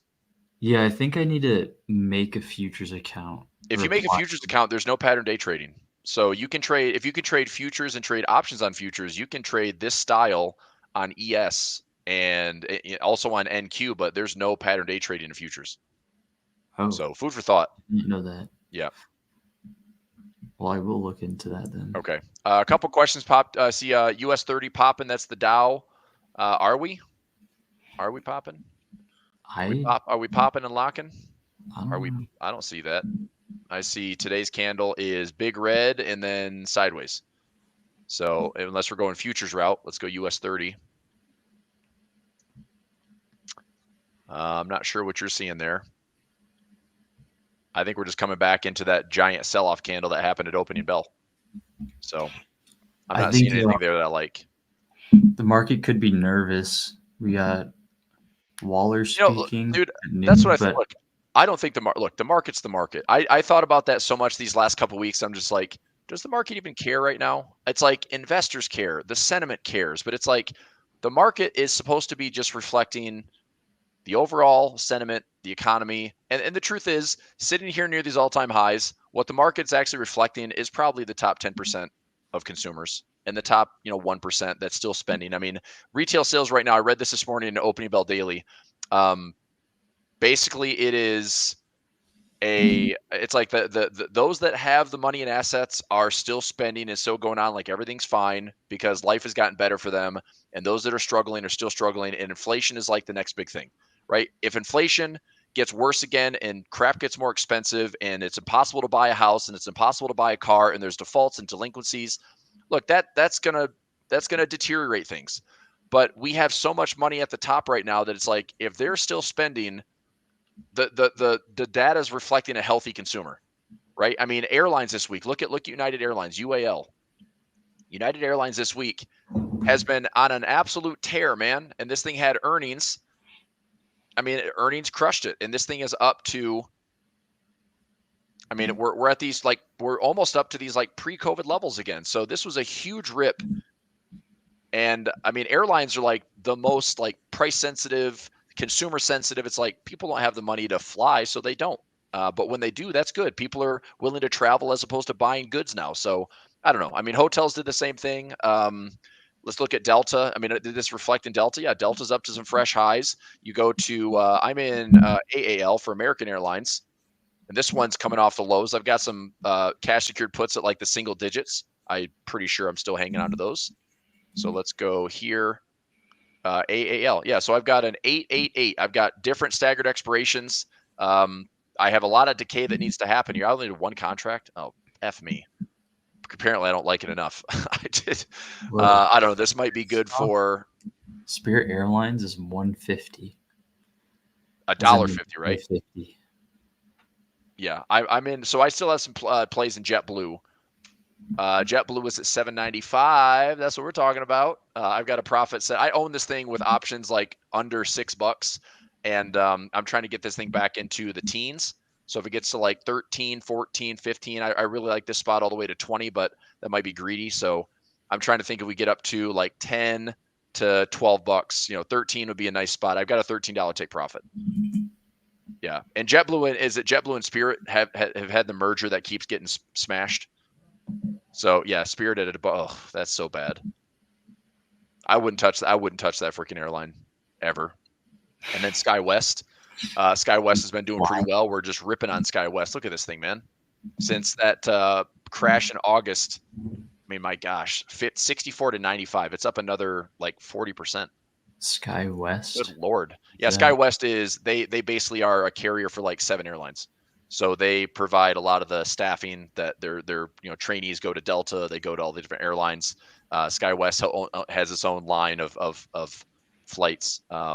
Yeah, my girlfriend works for SkyWest, so I've been in the know for a while. And they were one of 2 that didn't take bailout money during COVID. So financially, they're pretty healthy. Do you get good deals on flights? Yeah, I travel for nothing pretty much. When I was in Michigan this last weekend, I flew for $60. That's crazy. I went to Australia first class and I'm not bragging. This is just, I'm freaking lucky. Went to Australia first class because we could, but we turned around and did it in 2 days. It was you pretty much sleep on a plane, eat on a plane, drink on a plane, sleep on a plane, drink on a plane, walk around Australia for 1 day and then come home. We did it for $500. So it was an experience.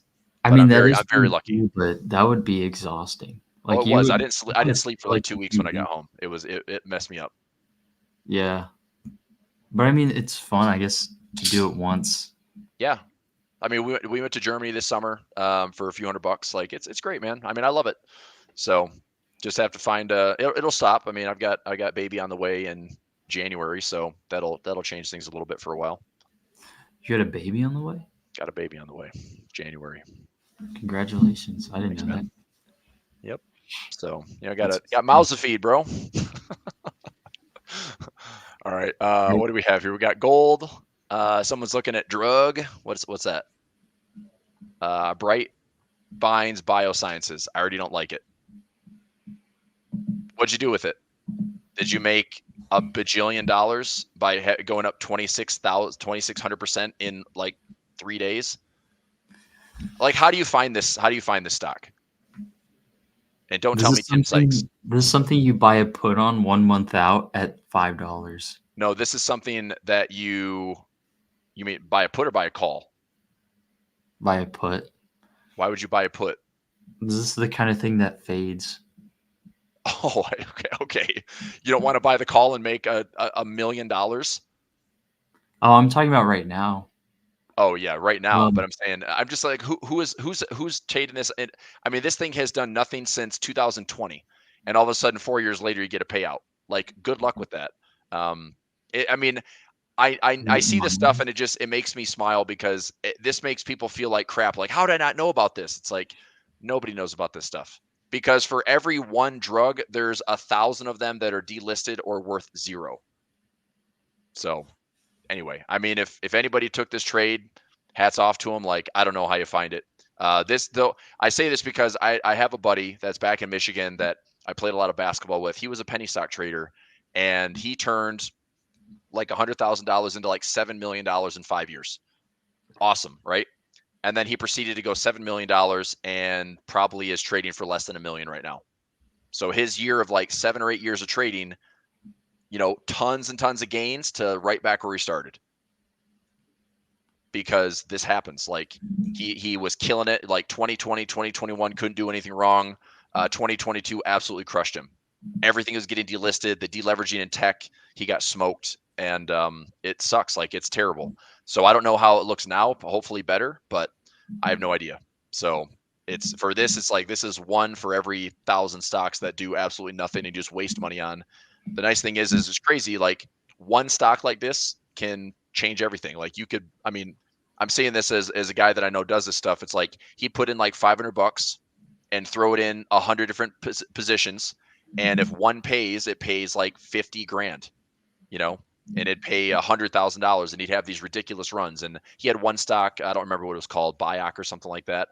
At one point he was up like $2.5 million on the position, and it proceeded to go back down to like $200,000 because he didn't take profit. So I'm just like, that's crazy. Like, what's that? BIOC? Yeah, BYOC. I feel it's worth nothing. I put in $500 and it's worth zero. So, yeah. Or maybe not. Maybe I'm thinking of something else. It's a 0001. So it's stuff like this where he traded. He's like, yeah, it's trading 0001, and it's like if it goes up to 0009, I mean, okay, so he turns a trade into a 900% gain. But if it doesn't go anywhere, like you're seeing on the chart, that chart is, I mean, how do you read that? It just means that there's just nothing available. So not my style, to say the least. So drug, cool, good story, tons of FOMO, but I'll probably never profit from a trade like that in my career ever. Tesla, let's go Tesla. Tesla is at 221. I did the 225 by 220. I'm totally willing to own shares. Nick and I talked about Tesla on Tuesday when I did that top strategy session. And I know that Nick talked about his break even being around like 218 or so, or he said 229. But he also could lower his cost basis very aggressively if he wants to, just because the premiums are so good in Tesla. Tesla and NVIDIA are two of the most liquid stocks in the S&P 500, which is pretty impressive. So even though people are, the robo-taxi and Elon Musk, it's like, I mean, Tesla's Tesla. I think it, fair market wise, it's still a little overvalued, which is why I'm doing ratio spreads down into the low 100s. But if you look at this chart technically, I mean, to me, Tesla has all the potential in the world to just be a big bullish pattern, like a head and shoulders. And if we break this area as a neckline, I'm pretty confident we're going higher. So there's bull calls there. That would be great. There's credit spreads there. That would be great. In this area, you're just trying not to do anything silly and stupid. So I just try to stay out of the way and collect good premium. And yeah, I'm participating. I'm participating with the credit spreads right now. But I do like Tesla. I like it. I think the premiums are great. If you own the shares, I mean, I say when I own the shares, like own enough to control options around it so you can, really, really work your income and cost basis. But yeah, that's the trade that I'm in. I put this in the Pulver alerts. I did a 225 by 220, collected 269 credit, and I'm willing to own the shares. So I only did one contract, but still, it's looking pretty good. Yeah, I can see a lot of consolidation in the meantime. Yeah, I think so too. And I'm curious, like, what is the big breakout? Like, what would be Tesla to do this?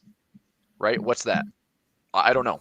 I mean, they have to beat expectations on earnings. They've got to beat, more deliveries. The demand has to be high. Maybe they're starting to raise prices on their cars. Like investors want to see something probably where it's like Tesla's going to make more money. And you and I've already talked about this. Like directionally, they're probably going to be one of the most profitable companies because they'll have 0 employees. They'll have a factory. They'll have super factories full of humanoids. And Elon Musk is like the current day Tony Stark, minus the superhero part. He's just the billionaire crazy guy that's like, I'm just going to invent and disrupt like every industry that I touch. And people love that. And that's impressive, but also I don't know if that's great for the stock or not. But I would think if Tesla's still a household name, and I don't know about you, but I see a lot more electric Teslas on the road than I do probably anything else. Cybertrucks now. A lot of Cybertrucks now. Yeah. You guys seeing Cybertrucks in Atlanta? Oh yeah. Yeah, I see a lot out here too, but also it is 11:01. We got Nick Phillips. Oh, okay. All right. Getting pulled off. That's cool. That's really why you came on. You just wanted to like slow talk me into like getting off at 11 o'clock. Yep. That's my strategy. I got to do some policing, I guess. That's right. You gotta keep me in check. Yeah. All right, Frank. Have a great weekend, man. Yeah. Thanks, everybody. All right, Nick Phillips coming on soon. See ya. Yeah. See ya. Bye. If you're someone watching the show right now and you're outside of the US looking for a better brokerage, listen up. I wanted to take a moment to mention today's live stream supporter, Vantage. Vantage allows traders outside of the United States to trade CFDs. You can trade everything from commodities like gold, you can trade US indices or global indices, and you can even trade FX all under one brokerage, and you can connect to MetaTrader 4 and trade directly on tradingview.com. Not to mention, they also have a really good sign-up bonus going on right now. So we'll drop the link to that down below in the chat as well as in the description of this live stream. Check out Vantage. Now back to the show. Hello. Welcome to the 11 o'clock segment of the A1 Trading Show. Give me 1 second. I should actually be able to adjust my... I'm on the wrong camera today, but that is what it is. All right, guys, let's jump into it. As always, if you have any questions or want me to check out any specific asset, please drop it in the chat and let me know. I brought some people over today, potentially from the Set and Forget community. If you guys have any questions for me and you want me to answer anything, please specifically say Set and Forget this pair. Yes, I did get a haircut. Yes, I shaved. Yes. Right in time for the winter, which makes no sense, but it is what it is. All right, guys. Doxy getting a little bit of a down push today, right at this major previous level of support. I would say, actually, this is probably more of a zone here where we have a support, previous resistance, support, etc., etc. We can keep going back and probably see this is a massive level right here, the 104 psychological level. So major push down. I mean, I guess maybe not major, but a pretty big, almost engulfing candle so far today on the Doxy, which when you pull out and you look just at like the 4 hour or the 2 hour or the 3 hour, it's really just a pullback of this upwards momentum. We haven't shifted structure yet to go bearish here on the lower time frames, but we are looking like potentially we are setting up for that.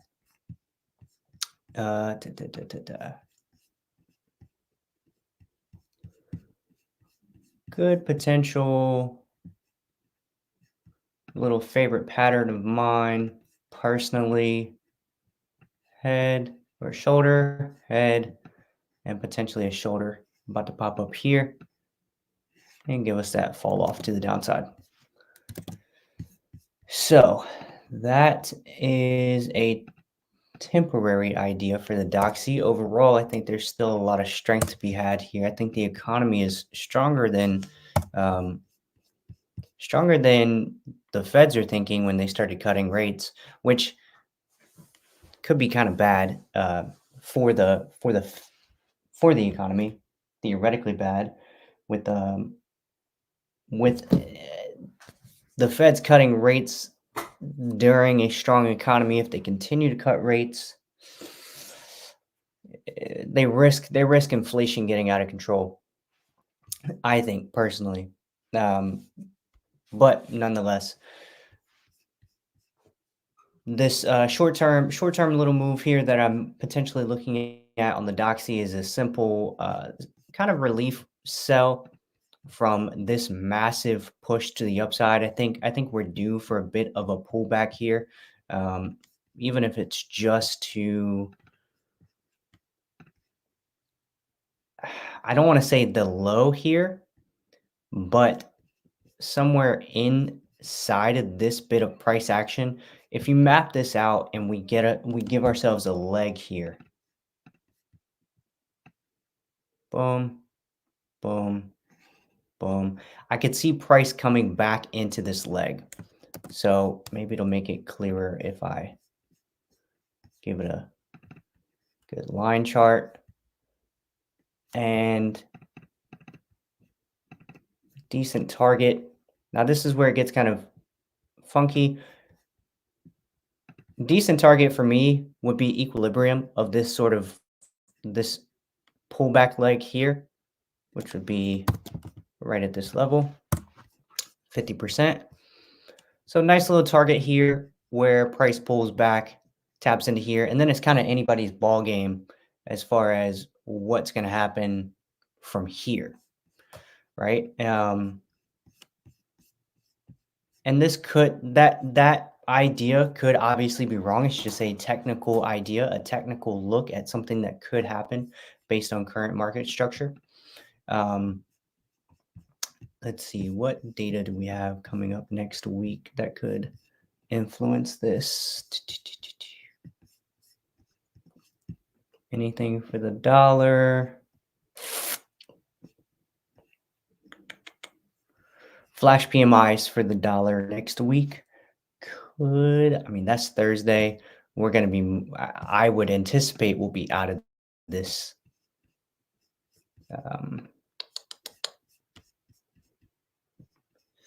Yeah, this move will probably have happened by the time we get the flash PMIs out of the US next week. So this would be a technical only trade. I can't really think of any other sort of catalyst that would influence this.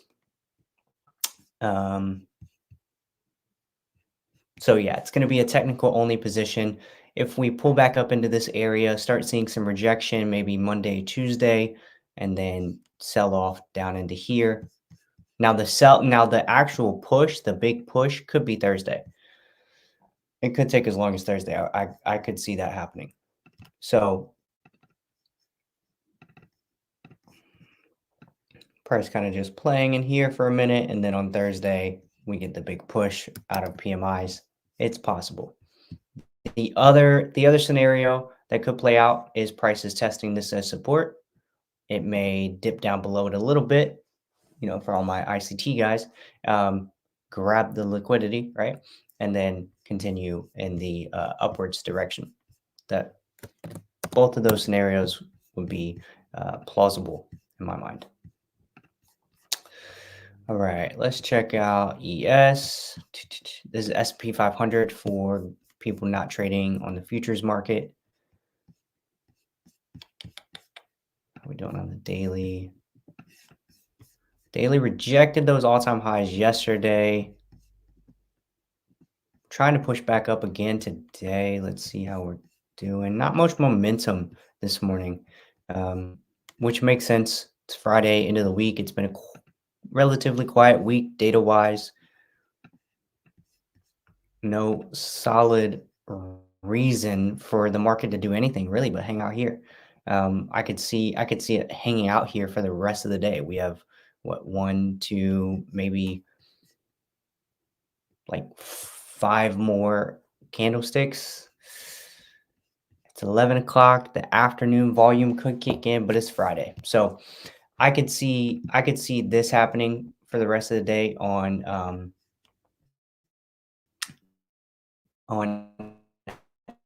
S&P 500. 500.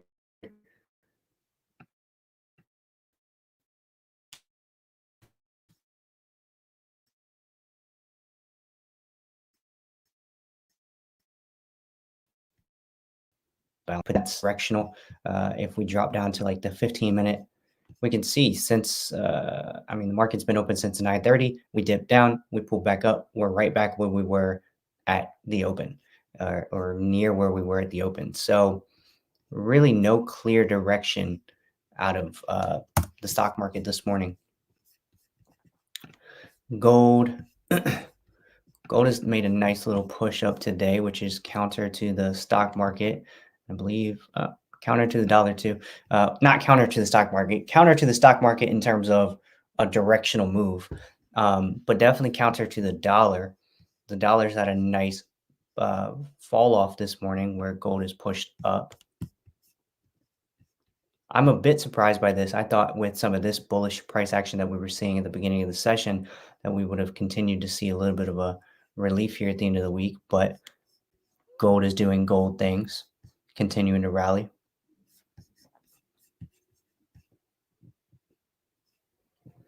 All right, let me tap into some of these questions.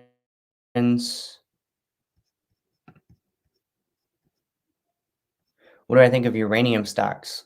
I don't know a single thing about uranium stocks, so I'm not going to talk on it. I don't know. So I'm gonna pass on that question. Somebody said set and forget analysis odd USD. Okay, so real quick, I'll touch on this for the set and forget guys. If you happen to pick up on this strategy from this video, good for you. All right, so weekly, we are technically bearish. It's our last major high that created a new low. We never broke that high. We never broke that low. So we've just been consolidating basically for 2 years. So that just to start this out to let you know, odd USD has been in consolidation for 2 years. Do with that what you will. There's obviously opportunities that exist in the shorter term here for odd, but it may not be one of the best pairs for the set and forget swing trade strategy. Okay, daily textbook daily is bearish, but for me, looking at obvious elbows, daily is still bullish. We have this nice leg up here, pull back, nice leg up. Everybody's going to want to count this as an elbow because price pulled back here and pushed back up. I'm not counting this. This is one leg to me. So our last low that created a high, boom. So we are still in bullish structure on the daily. So bearish weekly, bullish daily.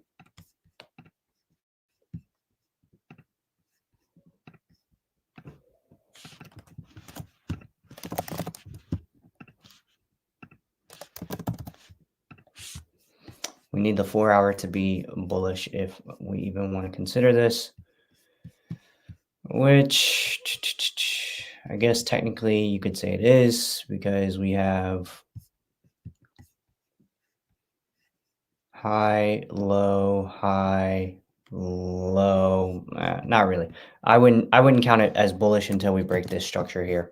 So I'm still waiting on this one to break structure. A break above this is even better. And then a little bit of a pullback. So break, we'll go bullish on the 4 hour, pull back, go bearish on the lower time frames. And then we wait for our shift of structure here and jump in on the lower time frames. I think odd USD is still a ways out based on a set and forget technical analysis. So, all right, moving on. USD JPY.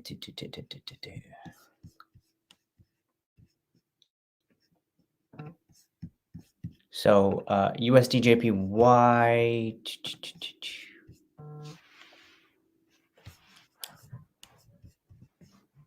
Let's see here. A nice little push back down into this area where price struggled a bit. We're now approaching this area of resistance, resistance, resistance again. Not approaching it. We kind of tapped into it already on the weekly.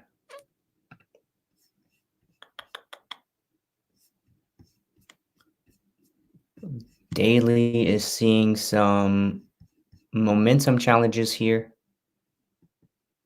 You can see we got some big candles, big candle, big candle, big candle, big candle, big candle, sort of big candle, and then the momentum is fizzled out here over the last few days.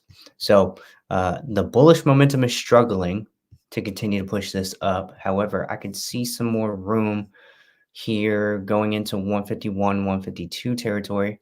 We are at this major level of 150 right now. So this is kind of a pivotal point. This is one of those points where it's like, okay, if you took a sell here and it works out for you, you could turn around, run around on socials and say sniper entry and all of that lovely stuff. But there's really no reason yet to sell it, in my opinion. No solid reason. We're still in bullish structure. Now, once we start to shift, we start breaking some of these trend lines.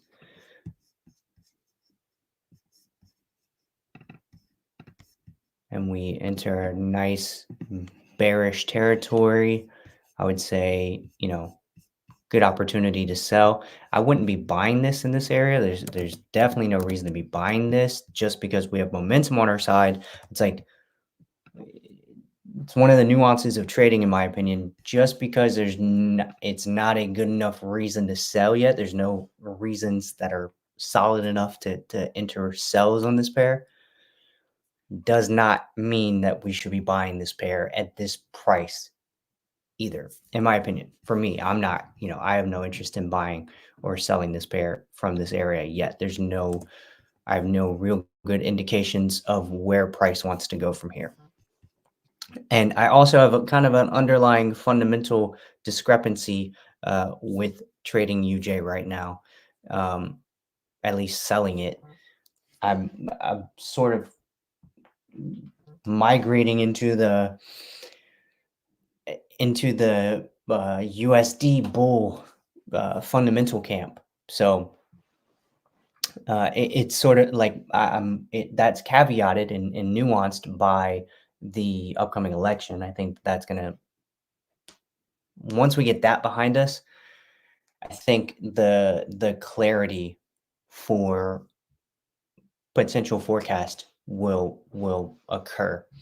As far as trying to establish that clarity now with a very, intense election right around the corner, the backdrop of the Israeli Hamas tensions, the other backdrop of the Russia-Ukraine war, which is still pretty active. We just had a headline this morning from Putin was saying something. Let me see.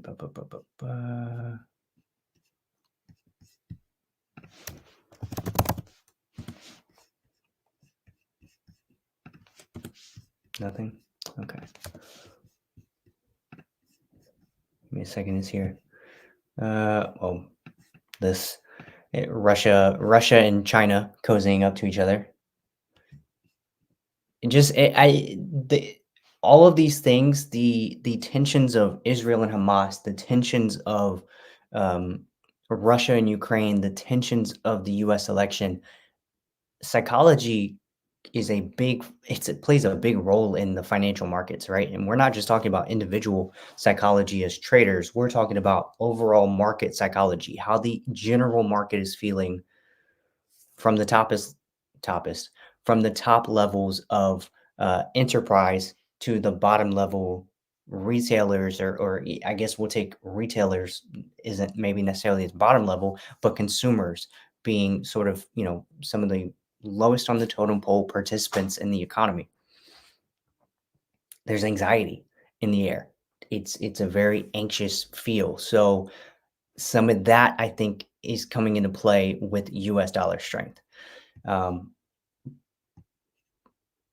it also makes trading UJ tough, which I think is why we're seeing some of this consolidation here. Because you have two safe haven currencies. You have the US dollar and the Japanese yen, both considered safe havens, and they are USD JPY is going bullish and it's struggling to go bullish during a time of high tensions. So, in my opinion, you're better off focusing on a pair that, has two counter currencies on risk sentiment side of things. That would be odd USD, odd being a risk asset, USD being a safe haven. NZD USD, same thing. NZD risk asset, USD safe haven. Odd JPY, odd Swiss. I don't know if it's Swiss odd. But basically you want to pair a risk asset with a safe haven in order to take advantage of the differences in the risk factor. Like if you're gonna get in directionally, let's say you want to trade odd USD to the downside. That makes sense to me on an overall fundamental basis right now because of all the tensions in the air. Money's going to be pulled out of Australian dollar, thrown into USD, selling odd USD to the downside. But that's also caveated by the fact that right now China is doing so much stimulus and working to help their economy. And who is China's biggest trade partner? Or let me back up, sorry. Who is Australia's biggest trade partner? China. So that makes trading odd USD kind of difficult, but NZD also has a lot of trade with China as well. So maybe CAD USD doesn't have as much, and CAD is a risk asset as well.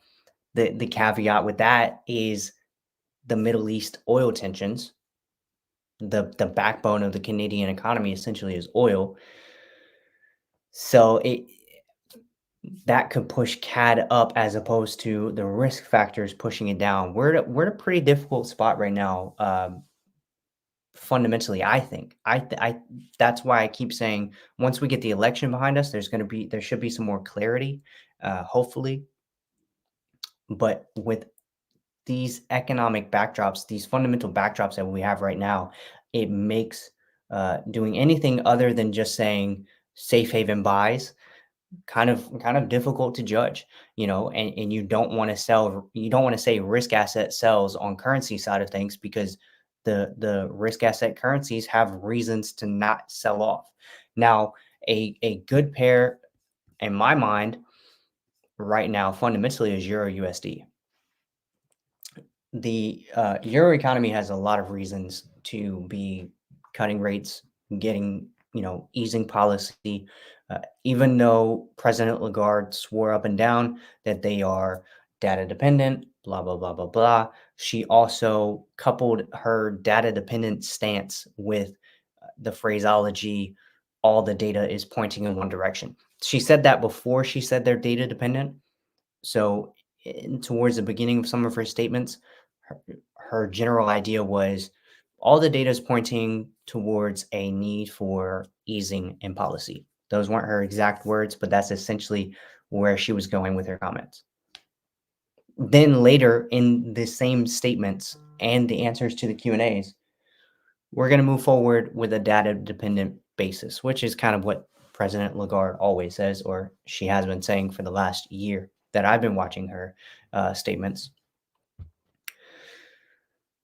So it's a little bit of conflicting signals there, not much forward guidance, but if you read between the lines, all the data out of the Eurozone is pointing in one direction, or most of it is pointing in one direction. They're going to be data dependent. Well, if the data is pointing in one direction currently, if that doesn't change, Euro sells are in play. Pair that with Euro versus USD. If you have a USD bullish bias because of some of the geopolitical backdrop that is pushing what I believe is safe haven flows, you have like a perfect storm to sell Euro USD all day long. So this is, in my opinion, the best pair right now directionally. It's the easiest to determine as far as like, oh yeah, actually Euro USD sells make all the sense in the world to me. Whereas even on a technical basis, look at this structure. We have a nice push down, push up, push down. We're kind of, I mean, we've been floating here for almost 2 years. But now we're starting to get reasons to really sell the euro and kind of some reasons to buy the dollar. So great opportunity, I think, out of Euro USD. It's just a matter of where do you get in. Let's see where some of the next euro data is coming.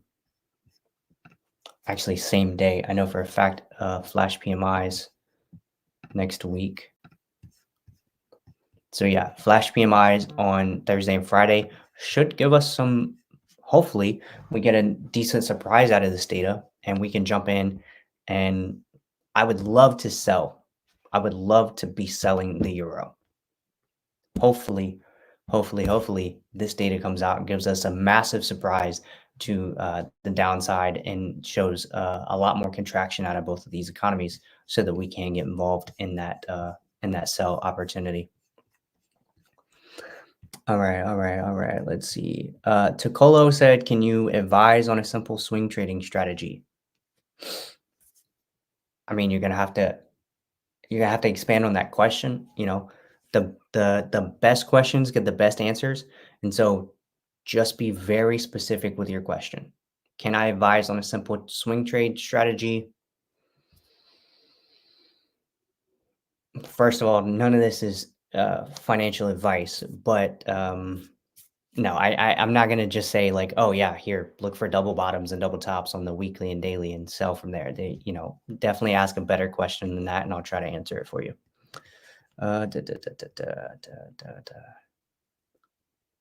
Extend it 150 level, extend its upside further, UJ 50 basis points November 103 to 103.5. I'm just reading through Anton's comments here.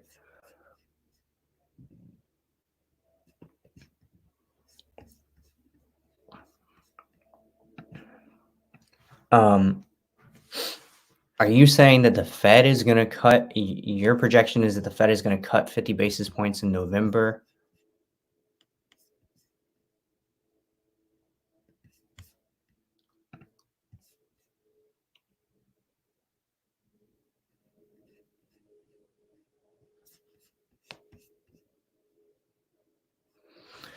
All right, Anton, I'm trying to follow, but you're saying a lot, and it's a little difficult to follow. So if you can clarify a little bit, I'll try to touch on what you're saying. Cheryl's V, hopefully I'm not botching that name, is asking for an odd JPY analysis. Again, if you're from the set and forget community, please clarify that so that I am doing a set and forget or just a regular outlook here. Odd JPY. Again, this is on a fundamental basis. Backdrop. The backdrop right now of the China stimulus potentially boosting the Australian dollar. So you have Australian dollar potentially pointing upwards. And then we also have the yen potentially getting boosted via safe haven flows. You got two relatively strong currencies. Kind of tough. Let's see. Where is my... Let me pull up my currency strengths.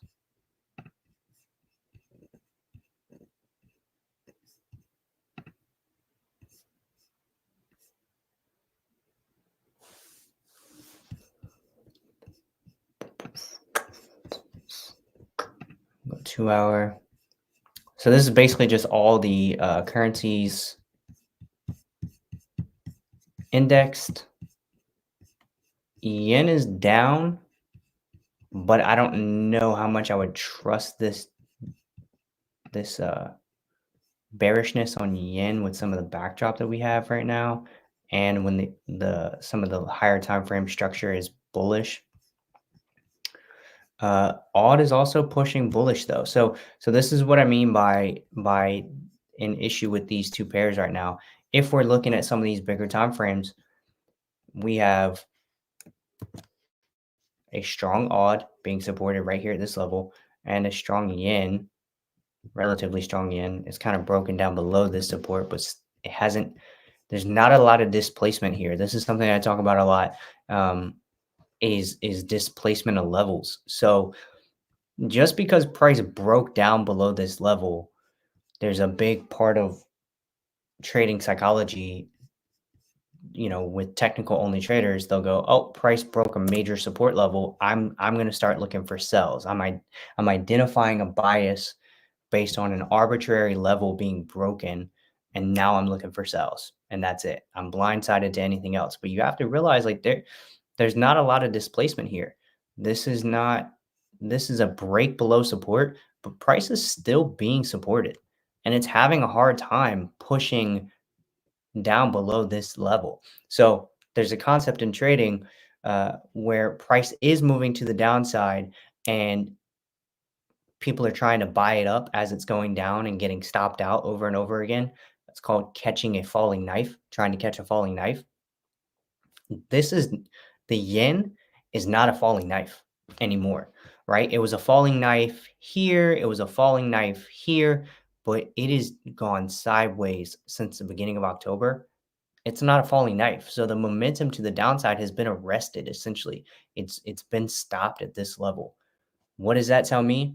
That tells me there's support for the yen, at least at these levels. And there's support for the Australian dollar. At the same time, I don't have any interest in odd JPY personally. But for the sake of answering your question, Cheryl's, I'm going to assume you're asking from the Set and Forget community. So with that in mind, I answered this the other day in the chat too.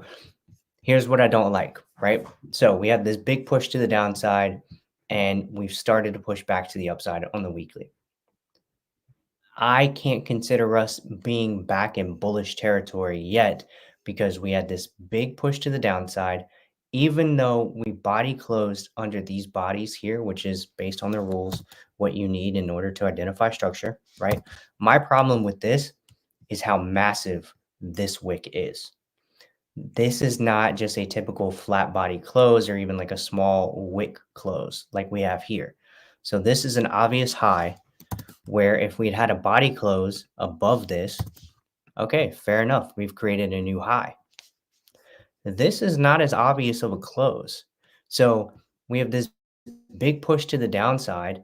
We body closed here and we body closed under these body closes, but this wick brings a lot of confusion to this pair. And there's so many, as Forex traders, there's so many assets that you can trade. There's so many different currency pairs that you can trade. Oftentimes, it's not worth getting sucked in or married to a pair like this when there's some room for some confusion here.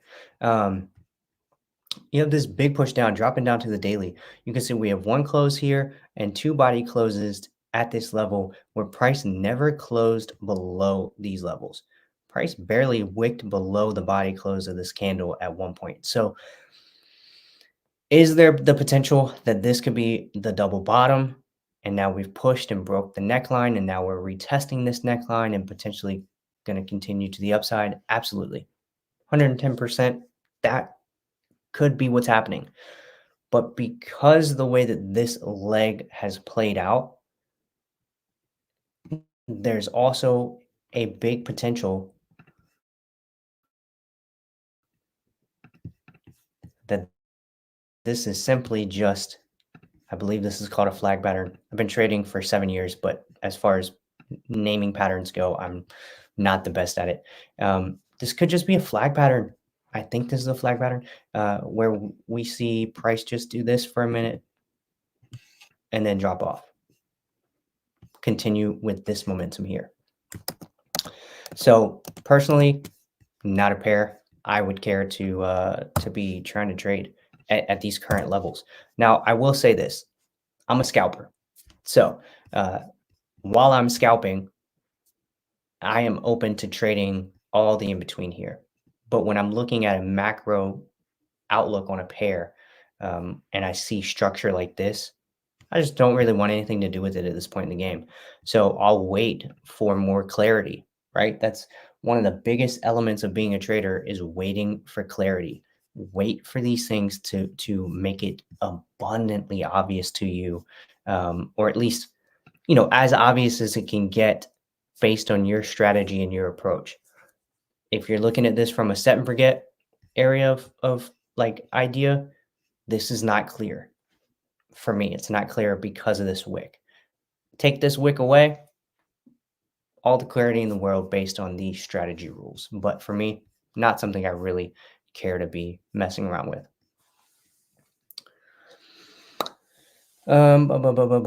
Okay, somebody said gold, please. I'm bleeding. You're bleeding?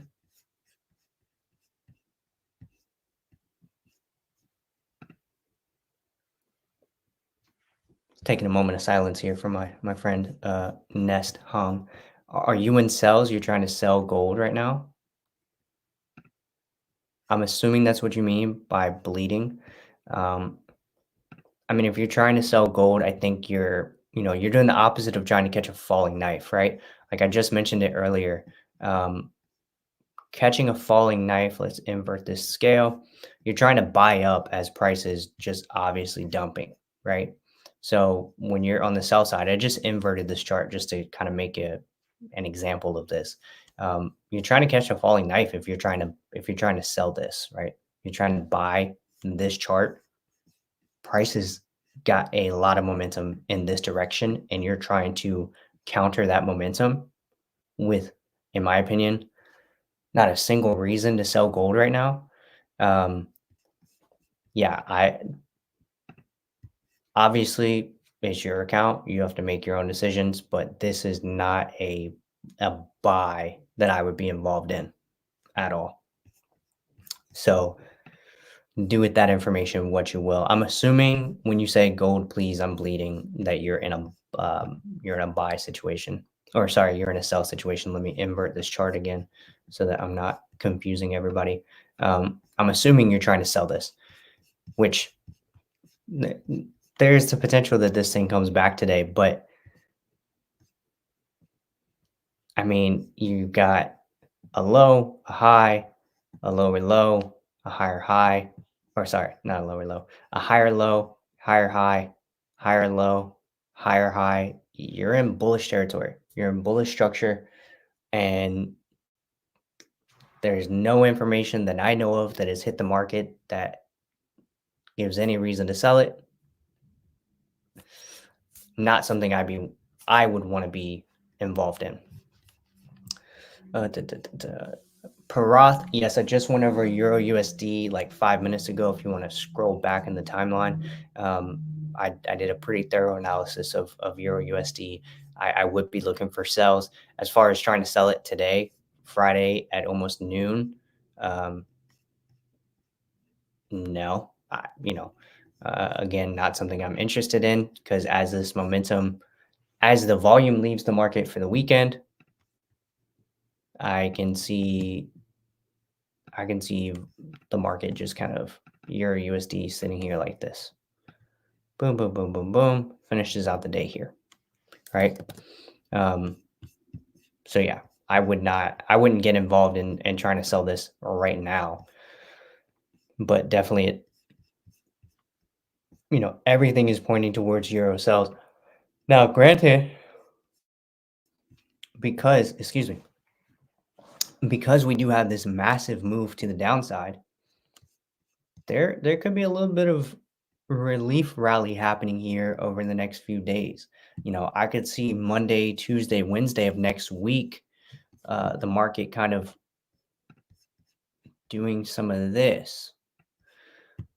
What are we forecasting for? Do we have forecasts for these yet?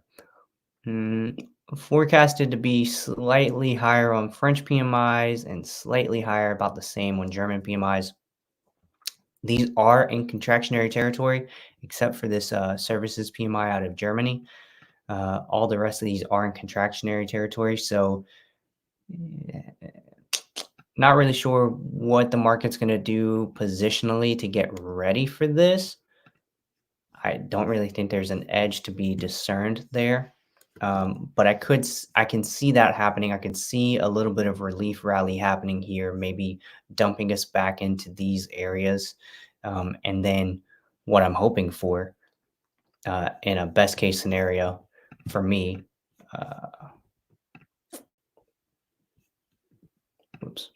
best case scenario for me would be something like this.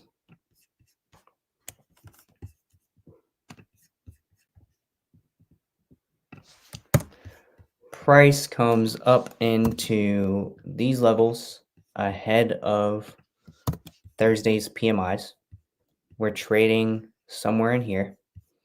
And then the flash PMIs come out and they point towards a very bearish euro. Boom. And then I can get involved in some sells and sell this back down to these lows. Right. So that's the ideal scenario. And it may look something more like this. But that's the general idea. That would be my ideal scenario. Now, whether or not that's going to happen, that's not like a forecast. Couldn't say. But for now, yeah, my bias is Euro USD sells. Oil dropping. I saw oil dropping like crazy this morning. Personally, another thing that is moving in a way that I don't want to be involved in this direction with it. And here's why. We got a resurgence of the Israel and Hamas stuff at the beginning of October, and we saw a massive push in oil. Now, oil has started to come back and is almost back where it was trading. It is in range of where it was trading before this resurgence of Israel and Hamas tensions. So I don't want to sell gold because all that stuff's still going on. There's still a bunch of problems happening over there. And at any moment, it could escalate. So I don't want to be selling the commodity that supply is at risk. Yeah, I just have no interest in selling this, right? When literally anything could happen at any moment with Israel and Hamas. It's not like things have been quiet. It's not like we've had, months of just like, oh, things are quiet over there. Like, of course, there's always problems in that area historically, but right now the problems are exasperated. There's a lot of tension. There's fighting happening. There's bombings happening. There's Israel's fighting on like a bunch of different fronts that I know of. Hamas in the whole Middle Eastern area, Iran is like everybody's kind of like they've gone at it a couple times and had a couple battles and then kind of stepped back and just said, "Oh, we're going to retaliate. We're going to retaliate." And then they retaliate, and then the other party says they're going to. It is just not a good time, in my opinion, to be selling something that supply is at risk. Because if things really pop off in a really bad way over there tomorrow, which who knows, you never know, they could, this thing is going to fly again. So, yeah, I wouldn't be selling oil at all. 11:45. All right, guys, I've gone now for about 45 minutes. I am going to call it. If you guys have any questions for me, feel free to follow me. My personal page is @officialnickphillips. And my company is Victory Capital. We are a news headlines company. Feel free to follow that on Instagram. And there are free news headlines on my Instagram every day. So feel free to check that out. Ask me any questions. I will see you guys on the next one. Thank you for watching today's A1 Trading Show. Make sure to subscribe and to turn on post notifications so you don't miss the next one. We're looking for more guests to come on the show. If you're comfortable being on camera, have trading experience, and you're looking to grow your audience exposure, we'd love to have you on. You can fill out an application with the link in the description below. That's all for today. Trade safe, and we'll see you tomorrow.